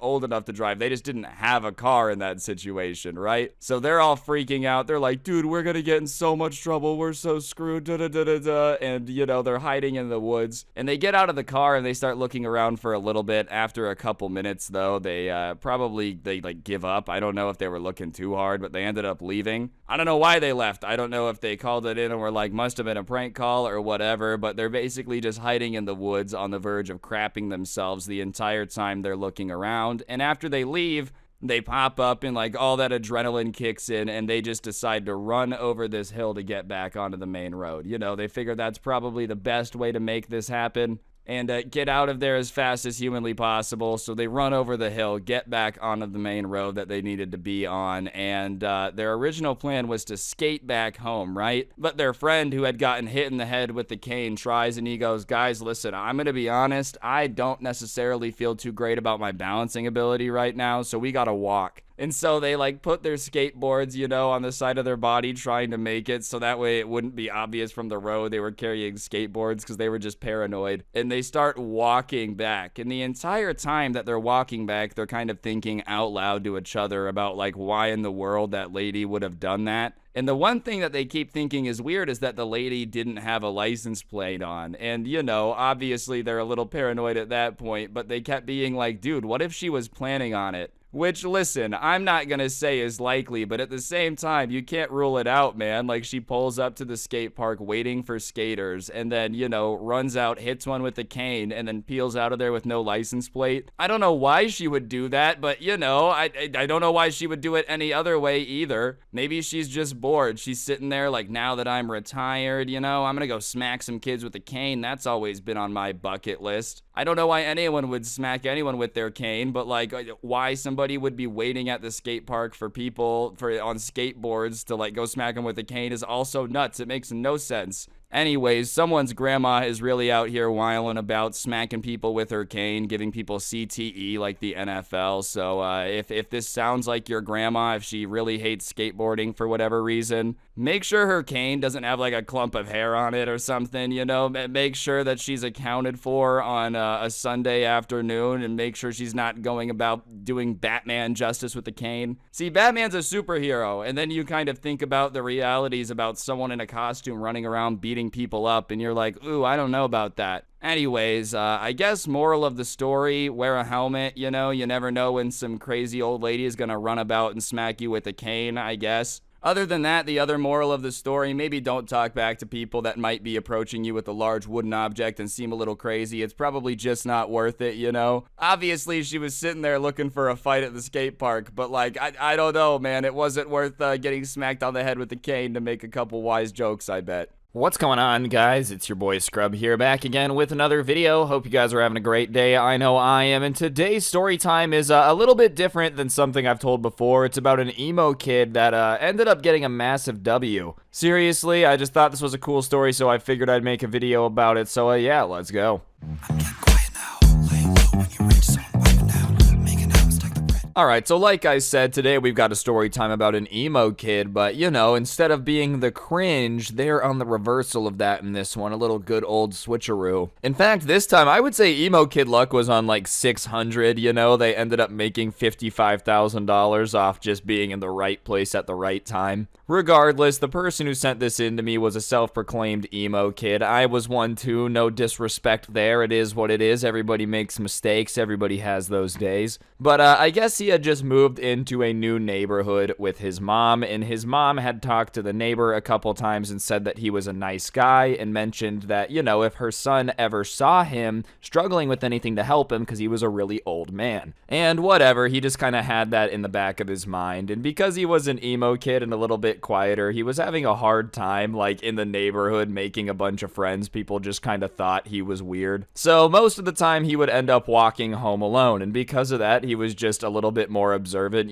maybe if he had been like going somewhere after school or whatever, been talking to somebody, he wouldn't have noticed this. But one day he's walking home alone and he gets near his house and he looks and he sees his neighbor who's, close to 80 years old, and he's looking and he sees him just carrying all these heavy boxes out of his house into his garage. And so, his mom had talked to him before, mentioned that he was a nice guy, so he decides to like go offer to help. Which, if you see an old person really struggling with something heavy, I don't know, like, it's probably the right thing to do to help a little bit. And the neighbor's kind of surprised. He's like, well, are you sure? There's a lot of boxes. And he's like, yeah, whatever, I've got time. It's not like I have anything to do. And like I said, he was about 80 years old, so he ends up spending like the next hour or so just helping him carry boxes out of this room, off his garage, into the garage, and kind of putting them there. And afterwards, he's like, all right, thank you. I just moved all these boxes out here, but I need to organize them a little bit. I don't know which boxes are full of what. They were just stored in this spare room I have. So if you want something to do tomorrow, if you come back and help me organize these boxes, I'll pay you. I would really appreciate it. And so the kid's like, you know what?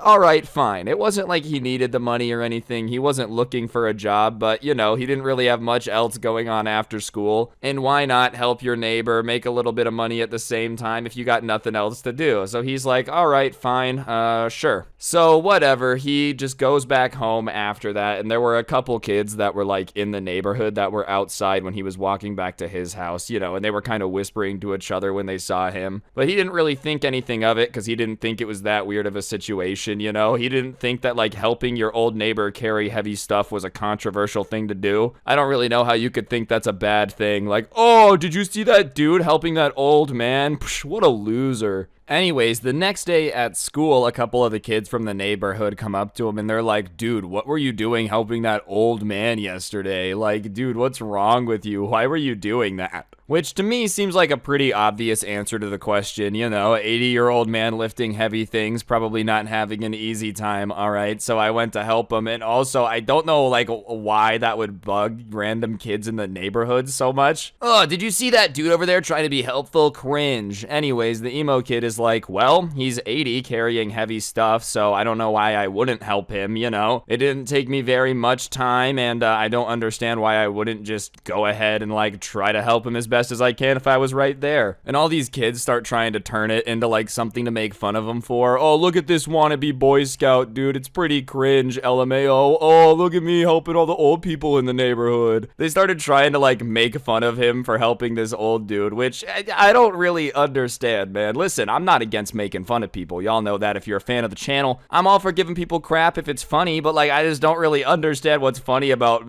making fun of somebody for being helpful. Oh, look at that. Oh, Mr. trying to save the world, pulling over, helping people in an accident. Oh, look at you. You think you're so cool. Like, how are you gonna try to bully somebody for trying to help an old man carry heavy stuff? You know, isn't that kind of nice? Like, I don't know what you want the response to be to that. Like, oh, you're right, I suck. What a considerate person, dude. Did you ever consider the fact that you're a little bit of a nerd? Oh, get it? I called him considerate, then asked him to consider being a nerd. You get it? Yeah, that was some wordplay. What's up? I'm a bully and I take English class. Anyways, they're kind of like coming for his neck about this, and usually in this situation it would like make the emo kid feel upset. He even admitted that in the message, but because of what the situation was about, he just like didn't really know what to say. All he did was stand there while they're making fun of him and go like, all right, well, I'm sorry for helping the old man, I guess. Like, I don't really know what you want me to say. Like, he didn't feel bad about it because it's not like it was the bad thing to do. I don't know, man. You'd have to, like, be pretty open to peer pressure to be peer pressured into, like, not wanting to help somebody struggling with something, you know? Yeah, listen, old man, I know I said I would help you organize your garage, but these kids at school said, oh, look at you want to be Boy Scout, so now I think this is on you. You just take all the boxes instead. Regardless, they're kind of like, dude, you just kind of are a wannabe Dracula out here helping people. It's kind of weird, bro. Like, you're not even from here. Why do you care so much about what people in the neighborhood need help with? I don't know. I just like, I think, what are you even supposed to say to that, dude? Why do I care about people that need help with stuff, even though I just moved here? I don't know. I mean, am I not like, how long do you have to live in a place before you're allowed to help people? Actually, you haven't lived here for at least 2 equatorial rotations, so you're not allowed to help anyone with any type of yard work or moving boxes, all right? Anyways, the emo kid is kind of going back and forth with them and is like, look, I don't really know what your issue is, alright? I don't know what me looking like Dracula has to do with anything, but I'm actually going to be helping him again after school today, so if you guys are going to have a problem with that, then, you know, I guess you're going to have an issue, but I don't really understand what's wrong with me being emo and, like, helping somebody. He's just really not understanding what they're going for. This has been the saddest attempt at bullying I've ever had described to me. This is the equivalent of going up to, like, an NFL player. Oh, what are you, good at football, pal? Ooh, what are you, Mr. Multi-Millionaire for tossing a ball? It's like, dude, I mean, I guess in theory that could make you feel cool, but you're not really making them feel bad. Like, what, do you want them to be ashamed of the fact that they're a millionaire for throwing a ball around? Anyways, they kind of say to that note, like, what a waste of time, dude. Helping some random old man isn't gonna help you get into college or make money. Like, I don't know why you do that. Which is nuts to me, bro, because it's like,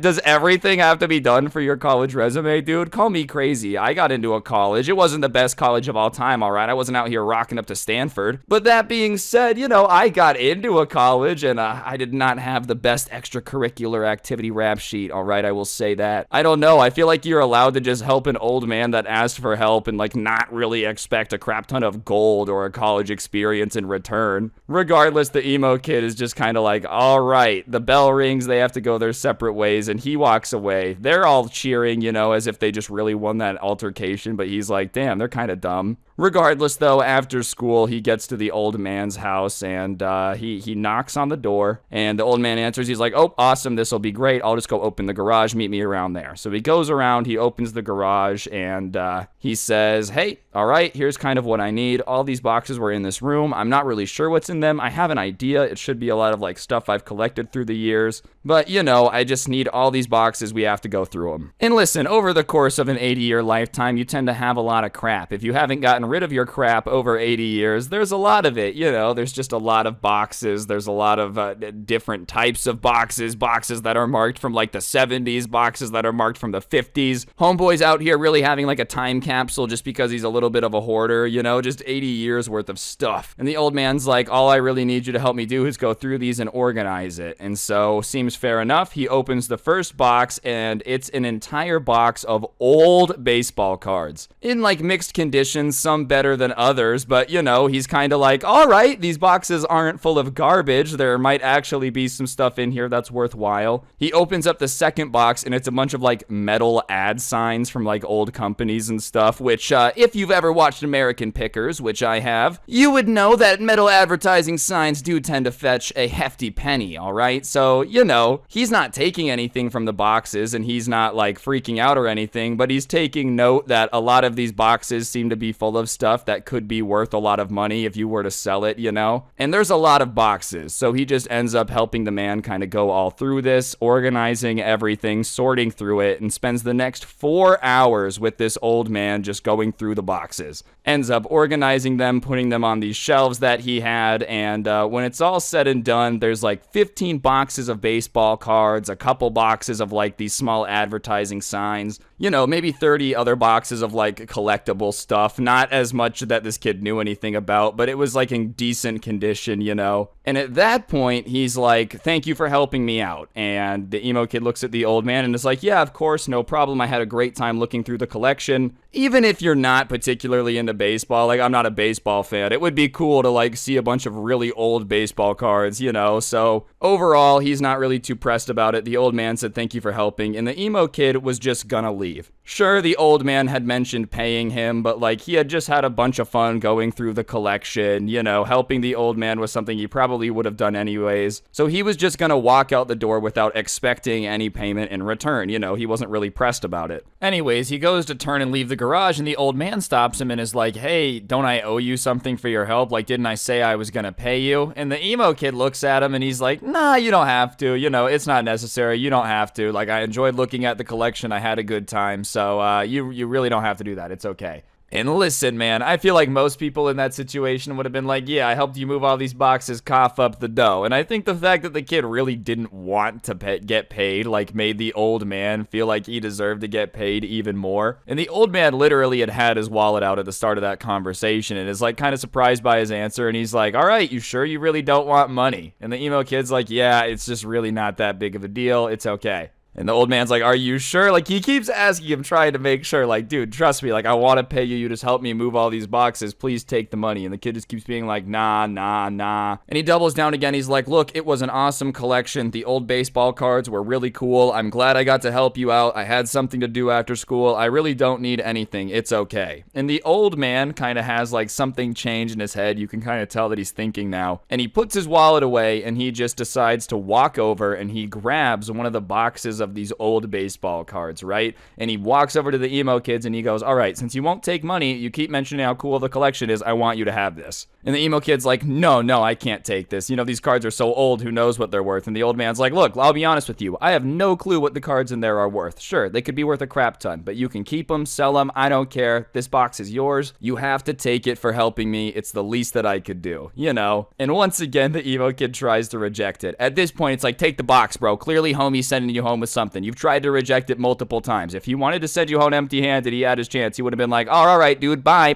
Close the door. Done. Over with. If someone's trying to pay you like 50 times, just take it. Just take it, man. Why are you trying to not get stuff for your hard work sometimes? If you offer, no, it's okay, you don't have to, and they're like, nah, I insist, then they insist. It is what it is. Regardless, finally, the emo kid reluctantly takes the box, and he's like, all right, thank you, and he decides to go back home. And obviously, he goes back home, goes to his room, opens the box, and starts to kind of go through the cards, right? And as he's going through them, he's like, man, a lot of these are pretty old. He's like, I don't know a whole bunch about baseball, but I know baseball cards are collectibles that kind of go up in value the older they get sometimes. And a lot of these are in pretty good condition for how old I think they are. So I wonder, what's going on? Like, are any of these worth anything? And listen, I'm sure this 80-year-old man knew that some of the cards had probably gone up in value, but didn't really know how much. And on top of it, you got to remember that it's not like this old man is super apt at looking up old card prices on the internet to know the value of his collection if he tried to list them all today on eBay. I don't really think this guy would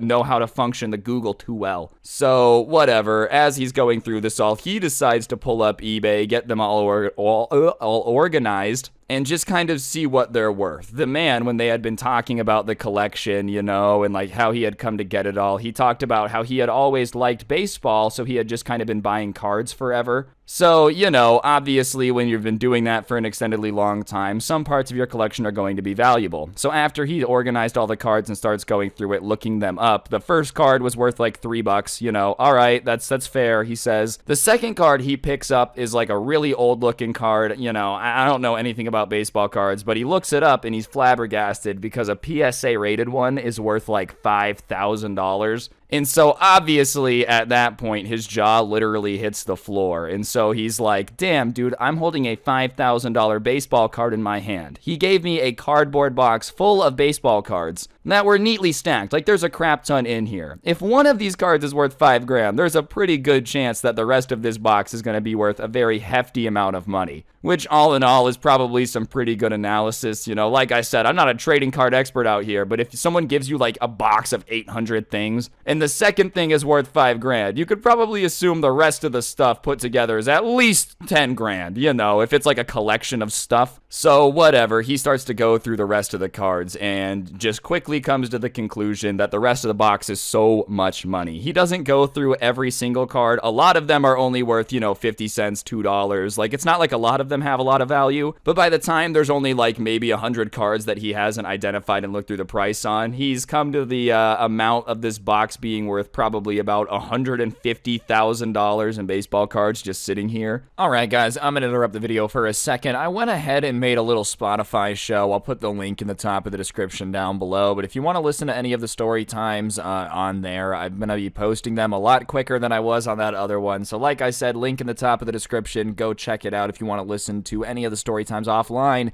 and let's get back to it. At that point though, he decides he needs to say something to the old man because he would feel bad taking $150,000 worth of baseball cards for 4 hours of work, which, I'll give him credit, way nicer than most people would be in this situation. 99% of the people would have sold all the cards on eBay and moved away before the old man even knew what hit him. But regardless, he decides that's not what he's about, so he goes back over to the old man's house, knocks on the door with the box. Old man answers and he's like, hey, man, I told you that you needed to keep this. I told you that these were yours. What are you doing trying to bring it back? And he goes, well, I ended up looking online to see what it would be like if we sold them, And come to find out, it's worth about $150,000, so I just can't take that for the amount of work that I did. I really appreciate it, I really do, but I only did 4 hours of work. This is worth way more than what that's worth. And the old man kind of sits there thinking for a second, and he goes, well, how much did you say they're worth online? And he's like, $150,000, this box, from what I could guess. And he goes, all right, well, I know nothing about eBay, so I won't give you the box, fair, but what if you sell them online for me for like a percentage? I don't know how any of that online stuff works. There's no way I'd ever be able to figure it out, so if you did that for me, you'd help me out by letting me sell them and get all that money, and then you'd make some money because you'd get a percentage of whatever you sell, okay? How about that? Because I have no clue how this internet stuff works. I need somebody to set everything up for me and run it for me. Anyways, the emo kid is obviously not gonna say no to that. That's a pretty good situation. He gets a percentage. He doesn't feel like he's ripping off the old man, and they end up agreeing that he gets 5% if he sells all the cars, right? And obviously he's stoked with that because 5% of that first box is what, $7,500, something like that, around there. That's not too shabby if you're just like doing work listing stuff on eBay that you didn't have to collect in the first place. So over the next few weeks, he's just spending a lot of time going through all of these boxes, sorting everything, getting everything priced, making sure everything has like a listing so he can justify the price. You know, a little bit of like, okay, I did this price because this cost this, and I think that we can sell it for this. You know, he's doing a crap ton of research, and it ends up being close to what the kid estimates is $1.3 million of baseball cards, advertising signs. Like, this guy just had all this crap in his garage. And the old man is just absolutely shocked, right? He had no clue. He had assumed that, like, they might have some value, but for the most part, you know, he didn't think that baseball cards would be worth anything. He had worked as an engineer and like would get a lot of metal signs from working whenever he was on an engineering project. He would just toss them in the box. And then a lot of the baseball cards, he liked baseball. So like he'd be in the gas station, grab a pack for $2, open it, and then throw them in a box. You know, just didn't really pay much attention to it. So he had just slowly built up this collection of a bunch of crazy cards, mainly because he didn't know what he had. Like if he would have been trying to flip it and build this great collection, I don't know how this would have worked, but because he was just kind of hoarding old stuff, it worked out for him. Now, don't be a hoarder. I wouldn't recommend that, you know. But regardless, they end up selling everything. He was a little bit off in his pricing, and so over the next year, they end up selling $1.1 million worth of stuff. So, you know, you do some math. I think that means Emo Kid took home a cool $55,000 for helping, which is not too bad for just being in the right place at the right time helping a dude move boxes. I mean, I'll take $55,000 for just, you know, helping somebody move boxes and then listing stuff on eBay. Like I said, you didn't have to do the hard part of being 80 and collecting stuff for your entire life. Anyways, when it was all said and done, this old man and him had become good friends, because obviously that's what happens when you're like, you know, doing business together. Things are going good. You're making money. Easy to get along with somebody in that situation. And obviously he was kind of talking to the old man about how like he was going to take the money and spend it on college and stuff. And everybody was very hyped about it. Now, I do want to make it clear that, like, once again, his mom has known this old dude before. Like, his mom and him had talked and gone over how he's an old man, you know, he wants to move to a retirement home. He's retired now. He has all this stuff. Like, it's important to know that this old man wasn't an absolute stranger before this, okay? Because that would be a bizarre situation. If you're ever walking down the street and your neighbor's like, hey, kid, you want to come into my garage? I have $1 million worth of stuff. You run, okay? You run the other direction. That's not a really good reason. That being said, you know, he knew this guy was, like, cool with his mom, which is why he had thought it would be cool to help him in the first place. Just a situation where it really worked out for this dude to have a neighbor who had $1 million in his garage that he wasn't aware of, man. Like, do you think this old man looks back and is like, damn it, I wish I would have known about this when I was 70? I would have had another decade of rolling around the casinos, throwing around cash like there was no tomorrow. I just don't know how you, like, have $1 million worth of stuff and don't realize it. I guess the only way is to just not realize the stuff you might be collecting could be valuable. Like this guy, just open a pack of baseball cards, look through them, and then toss them in a box, not realizing that you have, like, a bunch of good player rookie cards or whatever. Seriously, though, like I said, don't consider this advice to be roaming around looking for boxes in garages, all right? There's a better chance that you're going to end up locked in a weird person's garage than you are going to make $55,000 being nice to an old person. Either way, though, I thought it would be an insane story time you guys will enjoy. So without further ado, let's get into it. Alright, so, you know, we've talked about it on the channel. You don't really get to pick the people that live next to you. If you have some crazy person living in your neighborhood, it just kinda is what it is. And this guy lived in a particular neighborhood with a spoiled kid on his street. And he basically just thought he was allowed to do whatever he wanted. And the reason he got that way is because his parents had to work a lot. I'm not gonna dunk on them for having to work a lot, but he was left home a lot alone. And when no one was supervising him, he would just get up to no so good. And he was so annoying and just like so aggressive that it had gotten to the point where the subscriber who sent this to me and all of his friends in the neighborhood just banned him from being able to play any games with them because he always would be hyper aggressive. Like if you were playing tag, he would purposely try to shove you as hard as possible if you were near something so you would like fall into it. If someone tripped and hurt their knee or whatever, he would always laugh at it. And after a while, they just got tired of it because he was just out of control. So they said, you can't really hang out with us anymore. Like, we don't want to play games with you. And listen, that would suck, but his response to being banned from playing tag with the neighborhood kids was to just go into his room in like the second story window where his bedroom was and just start shooting airsoft guns at all the kids running around. And when they went and told their parents, they go and knock on the door, but his parents weren't home, so he just didn't answer the door. He's just a very, very angry kid. I would love to know the logic on that one. Oh, they don't want me to play tag with them because I always get so mad and freak out for no reason. Better go grab my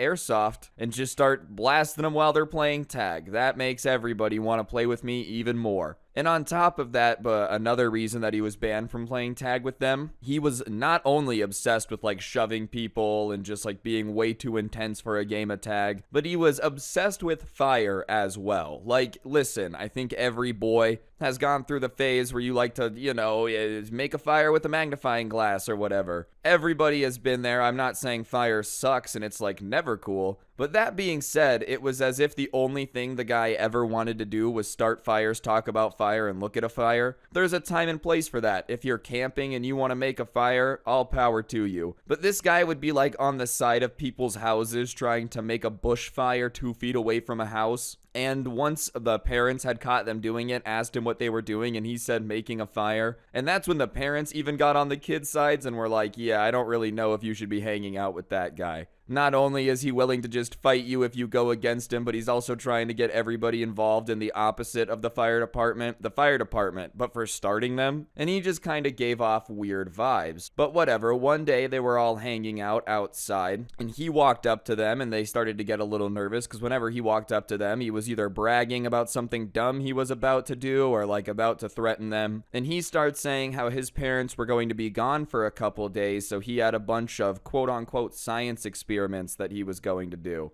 And his grandma was staying with him, but his grandma was really old and she couldn't really see that well, so he was going to be able to like do whatever science experiments he wanted. And everyone is just kind of listening to him go off about these science experiments, and they're like, okay, well, that's cool. Good for you, man. You have so much fun with those science experiments.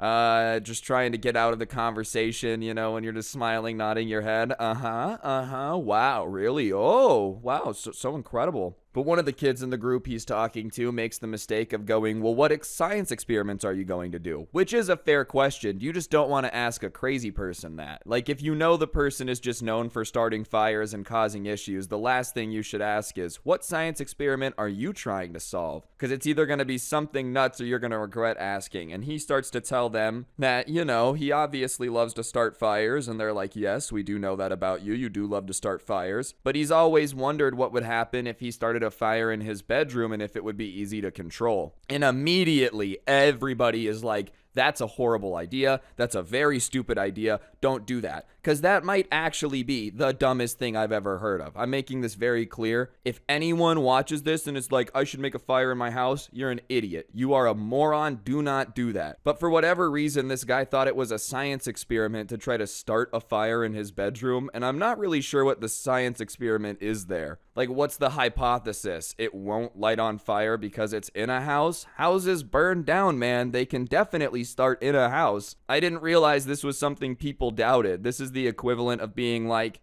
I wonder if I put a pool in my house if it would still be a pool. Like, yeah, it'll still be a pool. Now you just have a pool in your house. But whatever, they start telling him like, don't do that. That's a horrible idea. Like, seriously, what are you thinking? Your parents are going to be pissed. Don't do it. And they don't even like this guy. They have a mandated rule not to hang out with him. And they're still telling him that he's a moron for thinking that this is a science experiment. But he's very adamant and starts to get defensive once they start pointing out how horrible of an idea it is. And he starts going off on this like monologue-ish speech about how he's doing it for science and one day they're going to thank him for his experiments. I don't know, man. I don't think anyone's gonna thank you for this one, and I don't think you're literally doing a single thing for science. It's not like you're strapping yourself to a rocket to go to Mars for science. You're doing the dumbest thing I've ever heard of for science. Like, what do you think? They're gonna put you in the history books because you lit a fire indoors? Maybe 30,000 years ago it would have been impressive when it was a bunch of cavemen just sitting around going, oh, fire, fire. But everyone knows how it works now, man. And on top of it, there's this magical thing called like lighter. If I want to start a fire, it's very easy now. The 21st century is fantastic. We have the internet, and we also don't need fires to keep warm. I'm pretty sure most houses that I can think of have a heating system. No, Mom, you don't understand. My room was cold. So why didn't you turn the air up? You started a fire? Can't believe someone would be this stupid, but he's very adamant that what he's doing is basically the greatest sacrifice for science he could ever make, and he's going to be in the history books for changing humanity. It'll be simple. When you go to the history textbook, it'll say the world's greatest scientist, Isaac Newton. Oh my gosh, what a guy.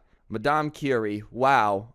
What a genius. And this guy who started a fire in his bedroom. Man, wow, what geniuses. Anyways, the kid all mad that they think his idea is stupid walks off all pissed off. And like, I don't know what type of entitlement you have to think that you're justified to light a fire inside, but they decide that they're not gonna let him do that. And it's not like they want to tell on him. They're not like hyped about getting him in trouble, but at the same time, they're realizing that if they don't say something to his grandma that's watching him, that he could burn the house down. And they would rather him be mad that they quote unquote told than like him burn down his house. So they go over and they knock on the door and they're waiting for his grandma to answer. And it takes her a little bit, but she opens up and is like, "Hi, what do you want?" And the way she says it isn't very friendly, so they're kind of off rip, a little bit confused, like, okay, we're just a bunch of kids knocking on the door. Maybe she just doesn't like answering the door. And so she looks like this sweet little old lady, and they start telling her, basically, your grandson likes to make fires, and he told us that he was going to make a fire in the house. We know that his parents are gone for a bit, so we just wanted to let you know so that way he doesn't do it. And they thought it was a pretty serious situation. You'd think they'd be grateful. Oh my, thank you so much. I can't believe my grandkid would try to do something so stupid. Wow. But no, as soon as they start mentioning that her grandson is going to be misbehaving, she starts going full Karen mode, which is probably why he thinks it's okay. Hey, your kid's gonna burn down the house, and then you get yelled at for telling them that their kid's gonna burn down the house. So she just starts denying that that ever happened. She says that she knows that they're making this up. Her grandson never said that he was going to make a fire inside, and that they were ridiculous for trying to make this up to get him in trouble. And they're trying to tell her, like, hey, we wouldn't make this up. Isn't this a really weird thing to make up? Like, what are the odds that all of us get together and decide to make up a story that your kid wants to make a fire inside? Why would we do that? There are so many better things for us to lie about to get him in trouble if that's what we wanted to do, but it's not what we want.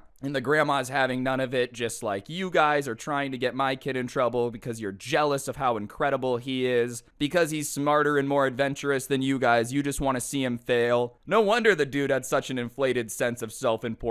Someone tries to warn grandma he's gonna burn down the house. Grandma's like, my grandson is a saint. Yeah, the saint of fire, maybe. Fire indoors. I don't know if that's what you want to be the saint of. And then she kind of explains her standoffishness, and she says that her grandson had already told her that all the kids in the neighborhood hate him and will lie to get him in trouble. Which is not true. They would not lie to get him in trouble, but I think he realized his grandma's not from here, like the neighborhood. So if he just told her that all the other kids in the neighborhood are evil and will get him in trouble, she's probably gonna believe him. I mean, let's be honest. If you tell grandma that everybody in the neighborhood's mean to you, she's probably going to believe you. It's just like a grandma thing. Oh, my little grandson. But whatever, she's basically just confirming to them that this guy's nuts, hates them, and he's cooked up this conspiracy theory that the entire neighborhood is out to make up theories to get him in trouble. That'd be kind of flattering. I feel like if somebody was dedicated to the point where they're just making up stuff about me lighting fires inside, I'd be flattered. Like, that's some next level hatred they got going on for you. Anyways, she slams the door in their face, and they're just kind of standing there thinking about what just happened, confused, because they thought she was going to be grateful that they had gotten a tip off about the fire inside. And they're like, well, we tried, like at least we tried. If he makes a fire, then we can at least say that we tried. So they go back to playing their game and they're doing their thing. And about 15 minutes later, they hear some yelling from the spoiled kid's house, and they look, and sure enough, the window he usually was shooting his airsoft gun from, he's standing there. And he kind of like starts yelling at them, saying, nice try trying to tell my grandma, but I already told her to not trust anything you say.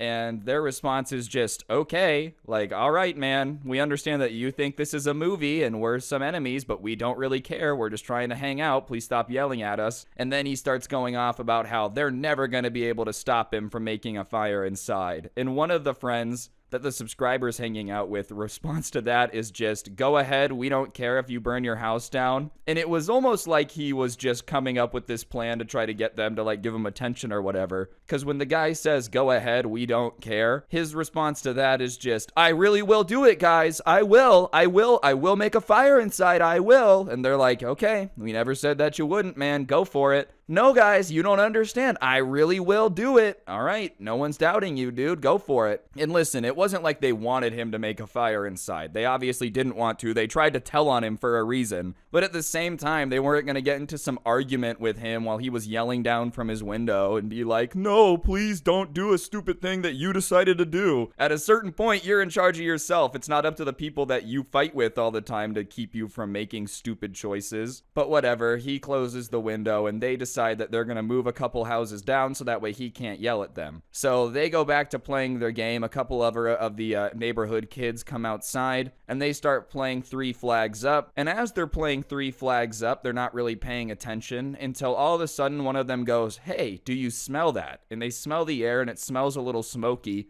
And they start looking, and that's when they see, faintly right now, but a small little plume of smoke coming out of his window. So they're like, oh, maybe he started the fire, so they're just kind of watching it. And the smoke just starts to get thicker and thicker, and they decide that he probably doesn't realize it's getting out of control, so they go over and back, and they're knocking on the door, and they hear the old lady coming, and she opens the door all mad, and she's like, what? Keep in mind, the kid's room is literally on fire right now. The smoke is just getting thicker and thicker, and they're like, your house is on fire. And the grandma at first tries to deny it, like, oh, no, it's not. And they're like, really, look, come look. So she comes out, steps out of the door, looks and sees all the smoke, and immediately is like, oh my God, the house is on fire. And all the kids are like, yeah, we know, we just told you. And so the grandma starts screaming for her grandson, and this dude comes downstairs from where the fire is, acting super calm, and just looks at his grandma and is like, what? And she starts yelling that the house is on fire and they have to get out of here, and the kid just looks at her and says, yeah, I know. Calmly, as if this isn't an emergency situation. Yeah, Grandma, duh, the house is on fire. Who do you think started it? But whatever, he says that he's trying to put it out, goes to the fridge, grabs 2 water bottles, and starts trying to head back upstairs. And call me crazy, man, but the smoke plume that was coming out of his window was a lot bigger than 2 water bottles. Nah, it's cool, guys. I got some Dasani. This fire's got no match for me. Trust me. I don't think that's how it works. So, whatever. The grandma grabs him and is like, you can't go back up there, and he starts yelling that he's gonna put out the fire and he doesn't want to get in trouble. A little late for that now. You might have wanted to think about that before you decided to light your room on fire. But the grandma runs outside, uses a neighbor's phone to call the fire department. They come and put it out, and thankfully they responded very quickly, so it wasn't like the fire had spread to the entire house. It was still structurally sound. It wasn't like they were gonna have to tear it all down.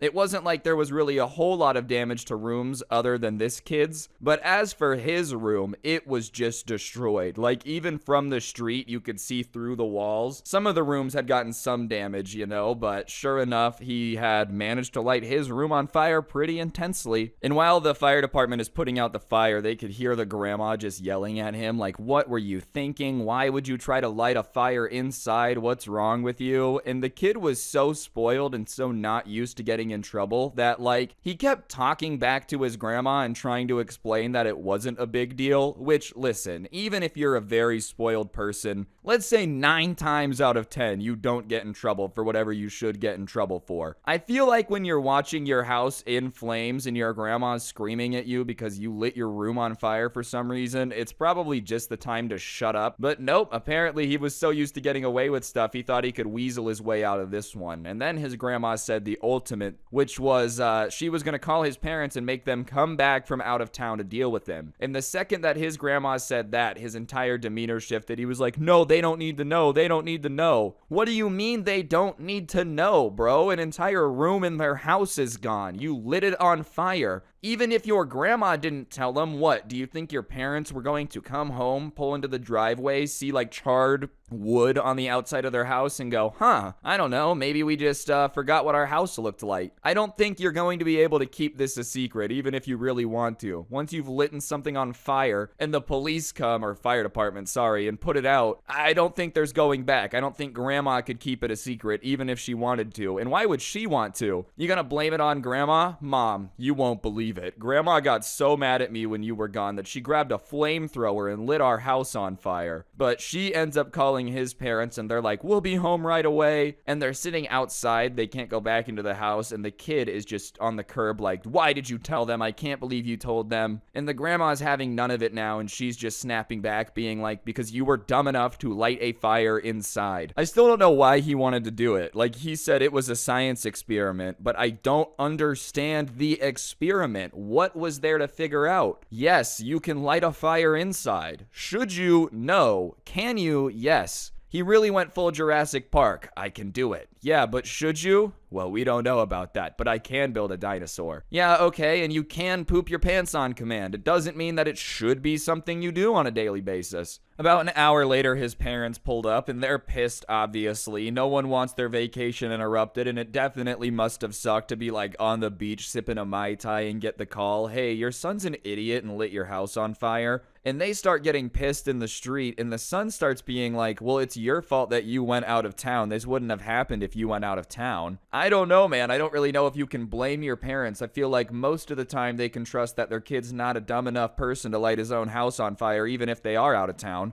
Well, listen, I wouldn't have had to light the house on fire if you guys wouldn't have been an hour away. It's like, well, what do you call grocery shopping when your parents are gone for 20 minutes? You just feel the need to burn everything? Seems kind of more like a you thing, but whatever. They were going back and forth for a bit, and then eventually the family looks up and they see that the entire neighborhood is just out there watching this. And I don't know what they expected. I feel like if you are having an argument like this in front of your house that was just on fire, the entire neighborhood is going to be watching and listening. Like, duh, this is basically the best entertainment they're going to get. Not that it's entertaining their house was on fire, but them screaming at each other in the road. Just like a TV show, basically. One that you would think was too stupid. If this was the plot to a TV episode, everyone would go, oh, that's so unrealistic. Not for this guy, apparently. And they ended up leaving once they realized everybody was watching to stay at a hotel for a bit. The house did get repaired, but as for the guy who lit the house on fire, he didn't come back for a while, and that was because his parents decided to send him to a school that would be a little bit better for, like, I don't know, people who like to burn their house down, I guess. And usually I'd feel really bad about that. I'd be like, oh, that sucks. But when you burn your house down, I feel like your parents' hands might be a little bit tied. They've got to do something. Clearly, whatever they've been trying to do is not doing a whole lot of usefulness on the parenting spectrum. If you just think it's perfectly normal to tell grandma everything's okay before you light the house on fire. And can we talk about how he was like, no, I'm gonna go put it out with 2 water bottles. Thank goodness they caught him before he decided to go put out the fire with water bottles, bro. Yeah, hold on. I really think this Aquafina's gonna do the trick. I know the Dasani didn't. Either way,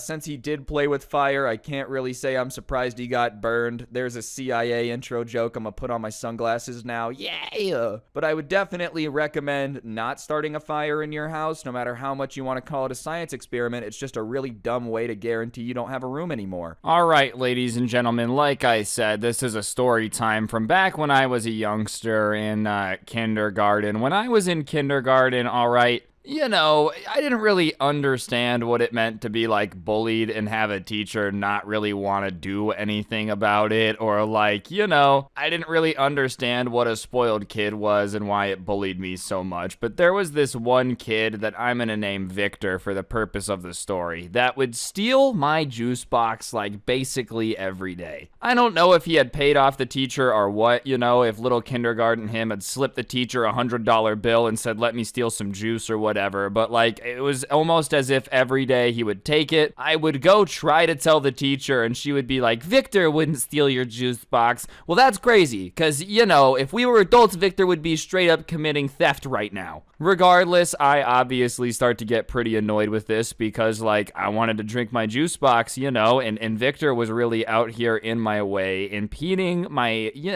American right to drink some juice. Regardless, I decided that I was going to take matters into my own hands because, the teacher wouldn't really do anything. I remember talking to my parents about it one day, and they were like, if he keeps stealing your juice box, just tell the teacher and she'll take care of it. Yeah, okay, maybe if the teacher was doing their job, but she was just out here letting Victor take everything. So I was obviously trying to concoct a plan in my little brain about how I was going to get Victor back for stealing my juice box. And at the time, I can't remember the cartoon. I can see it in my head. I can't remember the name of it. I was watching this cartoon and the guy had done something where he was supposed to give the guy something, but he had made something that looked like that instead, like a decoy basically. And I remember being like, I wonder if I gave him my juice box, I'm doing air quotes, but the juice was something disgusting that he would hate. If he would just stop tasting my juice box, if I just make him have a bad experience once, if that would make him stop messing with me. So I decide that I'm going to fill a juice box with something dumb and then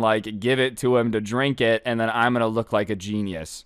And at the time, this particular teacher, I don't know why she would say this all the time, but when somebody did something dumb, she would be like, are you a glue eater? I don't really know what that means, but for some reason, it's just always stuck with me. It's just a funny thing to say to somebody. Do you eat glue? I don't really know where it comes from, but she would say that whenever a kid would do something dumb, right? And so that gave me the idea. I was like, I'm gonna fill my juice box with glue because, I've never tasted glue. It's not something that I've ever personally gone on a tasting binge for, but I'm gonna assume if you're expecting some grape juice and you get a good swig of some Elmer's glue, that you're not gonna be too stoked on the progress in your plan. All right, guys, I'm gonna go get some free juice. Next thing you know, your mouth's glued shut. That's probably not what you're down for. So I decided to go about this. And if you've ever had a juice box before, you gotta take the straw, poke it in the hole, there's the whole process. And it should be obvious right away if someone's been messing with the juice box. So what I did to get around this, I had taken the straw, poked a hole in the juice box, drank the juice, right? And then I had gone and taken an Elmer's glue bottle, dude, and I had gone into this little room off of the classroom. They called it the library, but it was more like a closet with books in it. And I went in there and I was making sure nobody's looking at me, feeling like James Bond, being stealthy as possible. And I just start putting glue into the juice box instead of juice. And surprisingly, nobody noticed. And then I was like, all right, now I have a juice box full of glue. Okay, part one complete. I headed back out of the library. Now I needed a way to convince him that this juice box hadn't been messed with. And I decided the best way to do that was to get a straw from a different juice box that hadn't been opened. I mean, obviously, if he comes to take my juice, there's already a straw in it, there's a hole punched in it. It's obvious I've been messing with it. So I went and asked one of my friends if I could borrow his straw. I gave him the straw that I had just used for my juice box, and it was still sealed up. So I took a little bit more of the glue and glued the straw to the back of the juice box. So it looked like it was a new juice box, right? And I just kind of set it on my desk because the way Victor would come steal my lunch, he would just kind of walk by my desk and take it. And if I said anything, he'd be like, oh no, I didn't take this. This is mine.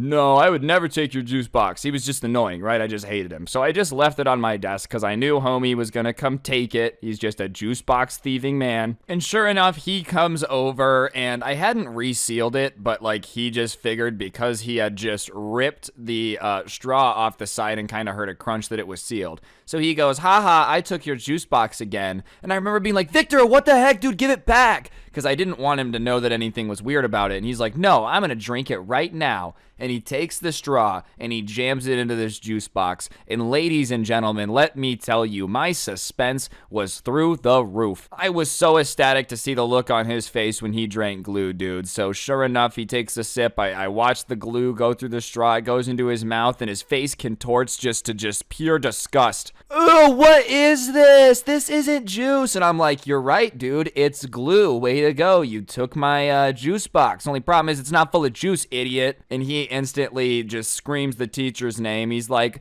blah, blah, blah. Ryan just made me drink glue. And of course, the teacher comes over like, what do you mean you drank glue? Do we have to send you to the nurse's office? What's happening? Like, fill me in. And he starts to cry a little bit. He's like, I wanted to take a drink of his juice box. And I did it, and it has glue in it. And the teacher's like, did you fill a juice box with glue? And yeah, I did fill a juice box. I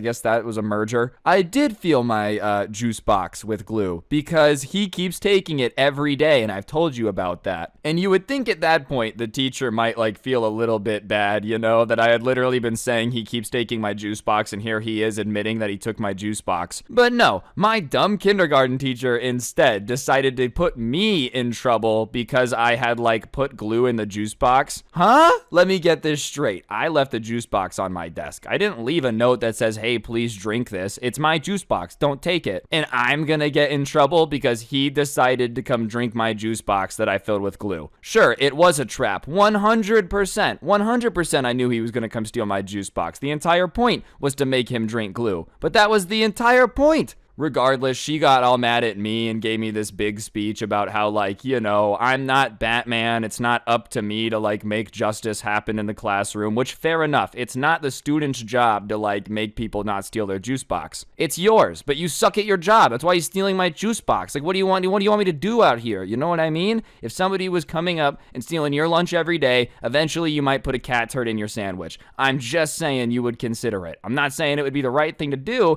but you gotta understand where the person's coming from. Anyways, the teacher is getting all mad at me for like taking it into my own hands. And then she does something that like I really was not going to do. She's like, you need to apologize to Victor. And I'm not going to apologize to somebody that just stole my juice box, okay? Like, are you crazy? Are you kidding me? My grape juice is my grape juice. You know, if I had just put glue in it for no reason, convinced him he could have it just to watch him drink glue, then I owe him an apology. If he stole something off my desk and took a big old swig before he asked what it is, why would I apologize? So, you know, kindergarten me just decides to die on this hill. And I'm like, no, I'm not apologizing. And the teacher's like, you need to apologize. You can't, you know, just go around taking it into your own hands. And I'm like, fair enough. I shouldn't have broken your rules, but I'm not going to apologize because he stole my juice box. And my teacher one more time is like, are you really going to accuse him of stealing? And I'm like, yes, what would you call it? And at that point, I think she realized that like I was ready to die on this hill. I'm not saying kindergartners are logical. Most of the time, kindergartners are probably very illogical. But I think she could just see, like, you know, when you're a little kid and you're so mad you're about to cry, just how mad I was about it, you know? And I think she kind of realized I had been saying he's stealing my juice box every day because she finally was like, all right, you don't have to apologize, but just don't do it again. Which, you know, was okay with me. I didn't plan on having to put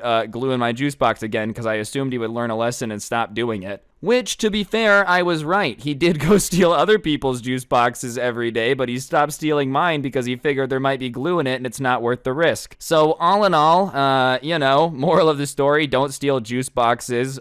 Victor, you deserve to drink some Elmer's glue, dude. You shouldn't have stolen other people's juice boxes, too. But, you know, it's not my job to make other people make you drink glue. Victor, if you see this for some reason, I still hate you, dude. You suck. Jokes aside, no hard feelings, obviously. Like, kindergarten's just a weird time. That being said, dude, don't let nobody take your grape juice. If you gotta make somebody take a sip of glue in order to preserve your grape juice rights, then you do it. They had a pretty good job right out of high school, and they decided that they were gonna take a break from college for a year, or just skip it, and focus on their job. And in order to do that, they needed to get an apartment closer. So he ended up finding a bedroom in a 3-bedroom apartment with 2 other dudes. And he went over there to meet them and make sure everything was gonna be chill. And when he went over there, the apartment was pretty clean, It wasn't insanely dirty. There was like a couple dishes in the sink, but whatever, it didn't really matter to him. And one of the roommates was super aggressive with the questioning, asking him like if he was ever gonna be loud or dirty, because he really couldn't tolerate that. And he was kind of confused with how angrily he was asking the question, but he answered it honestly. He's like, yeah, I mean, at some point, if I live here, I probably will be a little bit messy or a little bit loud. But if you got an issue and you tell me to be quiet, I won't have a problem being quiet. And if I wake up the next morning and it's messy, then I'm gonna clean up after myself. Which is a fair way to answer that question, but he just kind of assumed the guy maybe was like a little bit of a neat freak and was just really bothered by messes. So he just didn't really want to cause that big of a deal about it. And so we're gonna call the neat freak guy Jake, or alleged neat freak guy Jake. Anyways, after he kind of said like, oh, I'll clean up after myself, Jake decided to excuse himself for a second and stepped out there. And the other roommate, Barry, was like, listen, dude, I'll be honest, living with Jake kinda sucks, but the roommate situation isn't bad with me, and it's pretty cheap, so it's not that bad. And so that kind of like brought the guy over. He's like, all right, at least I'm not the only one seeing Jake's a little bit weird. So he decided, whatever, I'll move in here because it's close to work and it's cheap. So, he decides to move in like 3 days later. And when he moves in, the house definitely was not as clean as it was the first time he went over. It was a little bit messier, but once again, it wasn't that bad, just some dishes in the sink, which he thought once again could have just been like, hey, they cooked dinner after work, they're tired, they went to bed, whatever, they'll do them at another time. He thought it was just them being busy for the night or whatever, which, in like an apartment with 3 dudes, yeah, sometimes the dishes are gonna pile up a little bit. And as long as they get cleaned, that's all that matters, and they don't like start stinking up the place. So he ends up moving in, and on the first night, the dishes still aren't done. And so he just kind of politely asked them, like, oh, do you guys plan on doing the dishes? And Barry was like, yeah, man, of course, I'll help you. And Jake was like, yeah, no, I don't really feel like helping. And he also said it doesn't even smell yet, so it's not like they have to do it. Which in and of itself is a pretty big red flag. I mean, listen, I'm not saying I'm the cleanest person in the world. I'm not bald. I'm not Mr. Clean out here. That being said, even if I've waited a little bit to do the dishes, if you usually are sitting around going, well, it doesn't stink yet, I don't know, you might obviously be waiting a little bit too long. Like if your standard for doing the dishes is, well, I can't smell the food rotting yet, so there's just really no need for it to be clean, you might be a messy person. And this is the same guy that was being aggressive about like cleaning questions during the roommate interview thing, so he was just really thrown off. But whatever, him and Barry end up doing the dishes while Jake just kind of sits there and watches. And it wasn't that bad, so he's just like, maybe Jake's in a bad mood, the comment about like it doesn't stink yet was weird, but I don't know, maybe he's just pissed off. And he ended up hanging out with them for the rest of the night, and the entire time Jake was just really pissed off and aggressive, and they end up going to bed at like 11 p.m. And this guy's room was right next to Jake's, and at about 11 p.m., right when they got to bed, is when the yelling started. Jake was playing some sort of online game with bad teammates apparently, and the only reason he knew that is because he was like screaming at them as loud as possible. Which, listen, I'm not gonna say I've never raged at a video game, I've never gotten mad at a video game. That being said, if you like have really thin walls and it's 11 p.m. and everyone else is sleeping, it's probably not the time to be screaming at video games. I feel like in general, if you have roommates, you just kind of can't be screaming full volume anymore. Like obviously everybody's gotten mad at video games, but you gotta remember, if you have roommates, you just can't be screaming late at night, especially if you're in an apartment with like crappy walls where everyone can hear everything. And so he's annoyed because he can't sleep with the screaming, so he goes and knocks on Jake's door, and he's like, Jake, bro, listen, the walls are pretty thin, I gotta work tomorrow, can you please stop screaming? Like, please. Which is not too bad, sure. I'm sure he doesn't like to be told to stop screaming, but overall, that's like the nicest way you could have asked him to stop screaming. You could have walked into his room and been like, yo, bro, shut up, you're being a moron and annoying me, but no, instead he just knocked on the door and was like, hey, can you please keep it down? I gotta work tomorrow.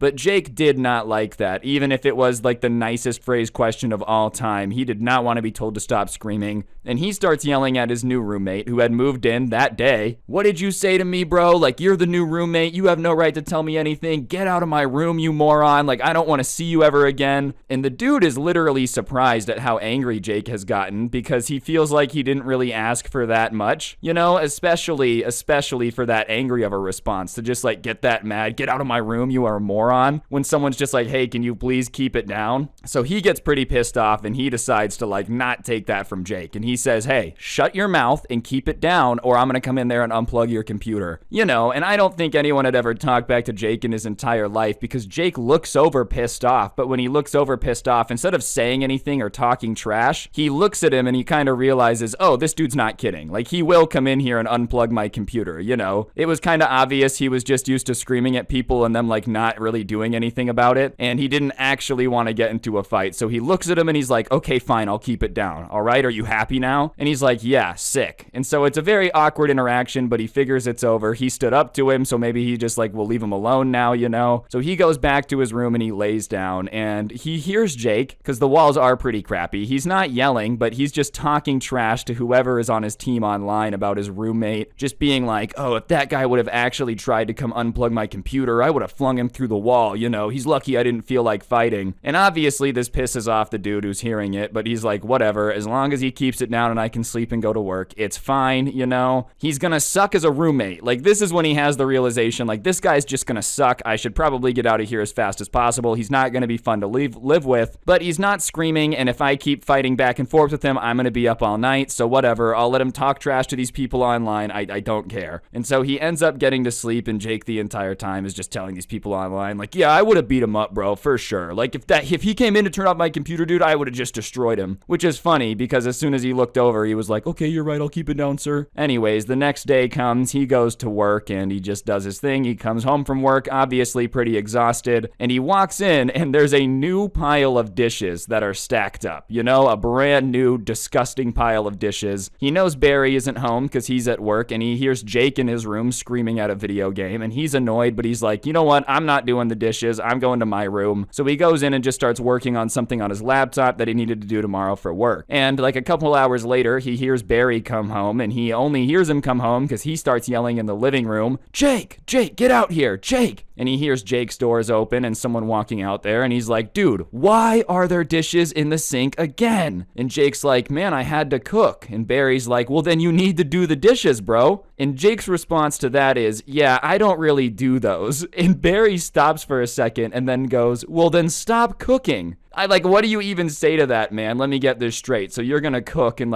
fill the sink up with dishes, but you know, you don't really do dishes. You just do the cooking thing. Part of living is cleaning up after yourself. You know, it's not like your roommates are always gonna be around to do the dishes, especially because you don't do them. Like, what does that even mean, bro? Have you never done dishes in your life? Like, do you usually throw away the casserole dish when you're done with it? You don't even keep it? You don't take it back to grandma's? Like, how have you never done dishes in your life? Obviously, that pisses off Barry, and Barry tells him, like, look, you either need to start doing dishes or you're gonna get banned from the kitchen. Which, you know, I don't really know if you can ban him from the kitchen. I don't know if that's fair, but that being said, dude, if someone was just making you clean up after them 24/7 and just being annoying about it, yeah, you know, you're probably gonna get pissed off and you're just gonna be like, no, you don't get to use the kitchen anymore, you know. Probably not something you can actually enforce, but still, Barry's just over cleaning up after this grown man who apparently just does not do dishes. Jake, though, obviously doesn't like this threat, and so he starts going off about how, I don't even need roommates. You realize that my parents pay for this apartment, you know, this is my place. I'm just being nice by letting you guys live there, which does explain a lot as to why he's just like, I don't care about this place at all, because he's not the one paying for it. You know, if mom and dad are paying for it, then technically all the money he's getting from renting to these dudes is probably just going straight to his pocket. So whatever, he probably just really does not care about this at all. And so Barry snaps back and he's like, Jake, you don't have a job, bro. I know for a fact that you just take the money that we give you for rent and just use it to live on. Like, I know you don't tell your parents that we live here because every time they visit, I have to go somewhere else because they pay for the whole apartment. Like, you think I haven't figured this out, bro? You think I don't realize what's going on? It's fine because it's a really good deal on this apartment, but I know for a fact that your parents don't know you're renting out these rooms because they're paying for the whole apartment. which, you know, I like, I'm not gonna lie that it's a smart idea, but yeah, it's probably pretty shady to like be renting out this apartment room that your parents think you're using to like study and then pocket all the money and not tell them. That's pretty shady, bro. You know, like, listen, dude, you don't have to work at all. You don't go to school. You just kind of sit here and play video games as your parents pay for the apartment, and you just like keep milking people that rent the rooms. And, you know, if I was his parents and I found out about it, I'd be pissed. And then Barry says he also knows that Jake dropped out of college. So basically what had gone on, then Barry continues to explain, is like Jake had come to college and had made this deal with his parents that they would pay for the apartment on the condition that he finishes school and has a job. You know, those were the two rules if they were going to pay for the apartment. And he had just dropped out and quit his job and didn't tell them. And so Barry is like, listen, bro, you got two options. You're going to threaten me and say you don't need me here? That's okay. You're going to do the dishes, or I'm going to tell your parents about you dropping out of school and quitting your job. And the person who sent this to me, remember, it's his second day in the apartment, and he's literally listening to this through the door. And as he's listening to this and hearing more and more about what's going on, he's like, I got to get out of here, bro. This is insane. Like, I just don't want to live here. This is too dramatic. This is too much. When his parents come, I'm not like hiding in the closet while they're here. This is ridiculous. So he starts messaging everyone he knows about an empty room. One of the things is that he hadn't signed anything. Like, there's no contract that he is here or he has to stay here. Because obviously, with Jake's little plan, he couldn't put them on the lease because, you know, the parents would be able to find out that, like, oh, there's two other people on the lease, you know. So the way it was working out is Barry and this dude are renting rooms kind of on like a handshake agreement. So he had just moved in. He hadn't moved all of his stuff in. He hadn't bought a lot. So he's like, look, I need to just get out of here. And the second a room opens up anywhere else, I gotta dip. And so he hears Jake doing the dishes, and he hears, like, you know, just the clattering of dishes and him screaming about how this is unfair and he can't believe humanity hasn't made a dishwashing robot yet. Which, I mean, dishwasher, bro, we kind of did. I guess he's like wanting Cogsworth from Fallout 4 to be out here doing his dishes, which, I mean, I think we all do, but it doesn't exist yet. And even then, you still have to clean up after yourself, bro. Like, okay, we agree that there should be a robot to do all of our chores, you know, ideally, but it doesn't exist. So until then, you gotta do it. And he's like just complaining the entire time, and Barry is not having it. And he's like, Jake, shut up, bro. If you keep complaining, I'm gonna move out. And Jake replies to Barry about how, like, you're too poor to afford to rent anywhere else, so you can't move out anyways. And they're just going back and forth, just insulting each other. And, you know, he's listening through the door still, and he's like, I gotta move out, bro. This is just toxic. Like, this is just toxic. They're fighting like an old married couple. They hate each other. And as he's thinking to himself how awful it is to live here, it's almost like the clouds opened up, because he gets a message back from one of the new co-workers at his job who he had been hanging out with at work. And he's like, listen, I have a room, you know, it's the same price as that room. And he literally texts the guy back. He's like, all right, I'll be there tonight. And he replies like, LOL, haha, okay, thinking he's kidding. You know, he's like, there's no way this guy's gonna actually move here tonight. But little did he know that the guy was legitimately that desperate to get out of here. He did not want to live with Jake and Barry anymore. And he doesn't come out of his room for the rest of the night. He just didn't want to interact with them. He didn't feel the need, and he waits for everyone to go to bed. He hears Barry's room go quiet. He figures he's asleep, and he hears Jake screaming at his computer. So he's like, well, he's distracted. And so he decides that, like,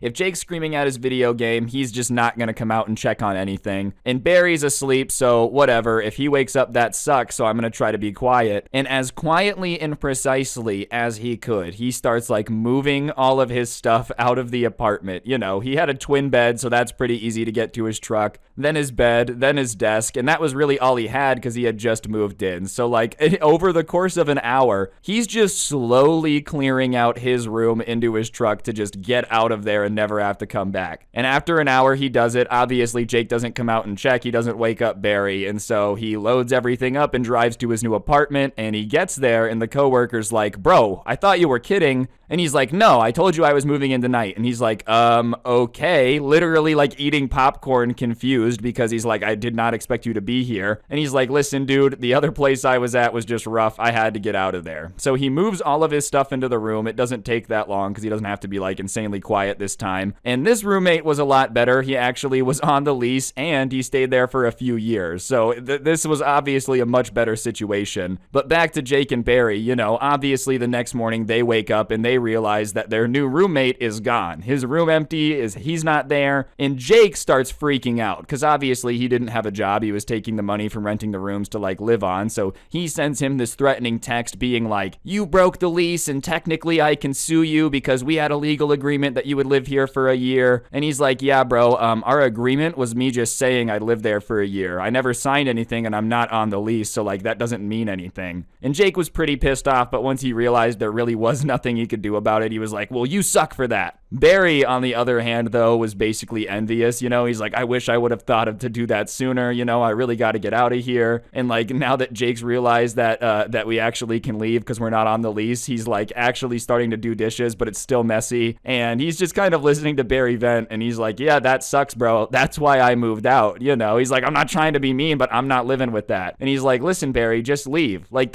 you're not on the lease. Like you can just leave. It's not worth dealing with that crap, dude. There's plenty of places that will let you move in and rent a room and won't make you be a maid, you know, for no money. Like there's nothing wrong with being a maid if you're getting paid, right? Like it's a job. But no, I don't want to live with somebody that just expects me to clean up after them 24/7 for free. Like what is this, dude? No, thank you. Yet like especially with somebody who just doesn't feel the need to clean. Like it would just bug me if there were always dishes in the sink that were smelly and like just rotting food. That would bug me, you know? And if it doesn't bug that person, you're always going to end up cleaning because they just don't care about the rotting food in the sink. I feel like anyone who expects their roommates to just be screamed at and do all their chores probably shouldn't have roommates, you know? It's probably easier said than done, but still, dude, if I was Jake's parents and I found out about this arrangement, I would be pretty pissed off. And listen, I've had some pretty bad roommates, you know, but thankfully no one's been demanding that I pay all their bills and clean up after them. Anyways, guys, that'll do it for the video, though. I know this one was a little shorter, but hey, dog, I thought it was pretty entertaining nonetheless. Bad roommate stories tend to be entertaining, you know. I will say it's not as bad as like the worst roommate series on Netflix where like people die, but still, cleaning up after people is not fun, okay? Let's not get ahead of ourselves. Anyways, if you did enjoy the video, I'd appreciate you taking a second to press the like button. Let me know in the comment section down below what you thought. And of course, subscribe if you're new and turn on those notifications. If you really want to help me out, I do post the audio versions of these on Spotify. So if you want to give it a listen offline without gameplay, whatever floats your boat, link down below. But yeah, on that note, that'll do it. Don't get anyone pregnant. If you do, make sure they're hot. I'll see you guys next time. I'm out. Peace.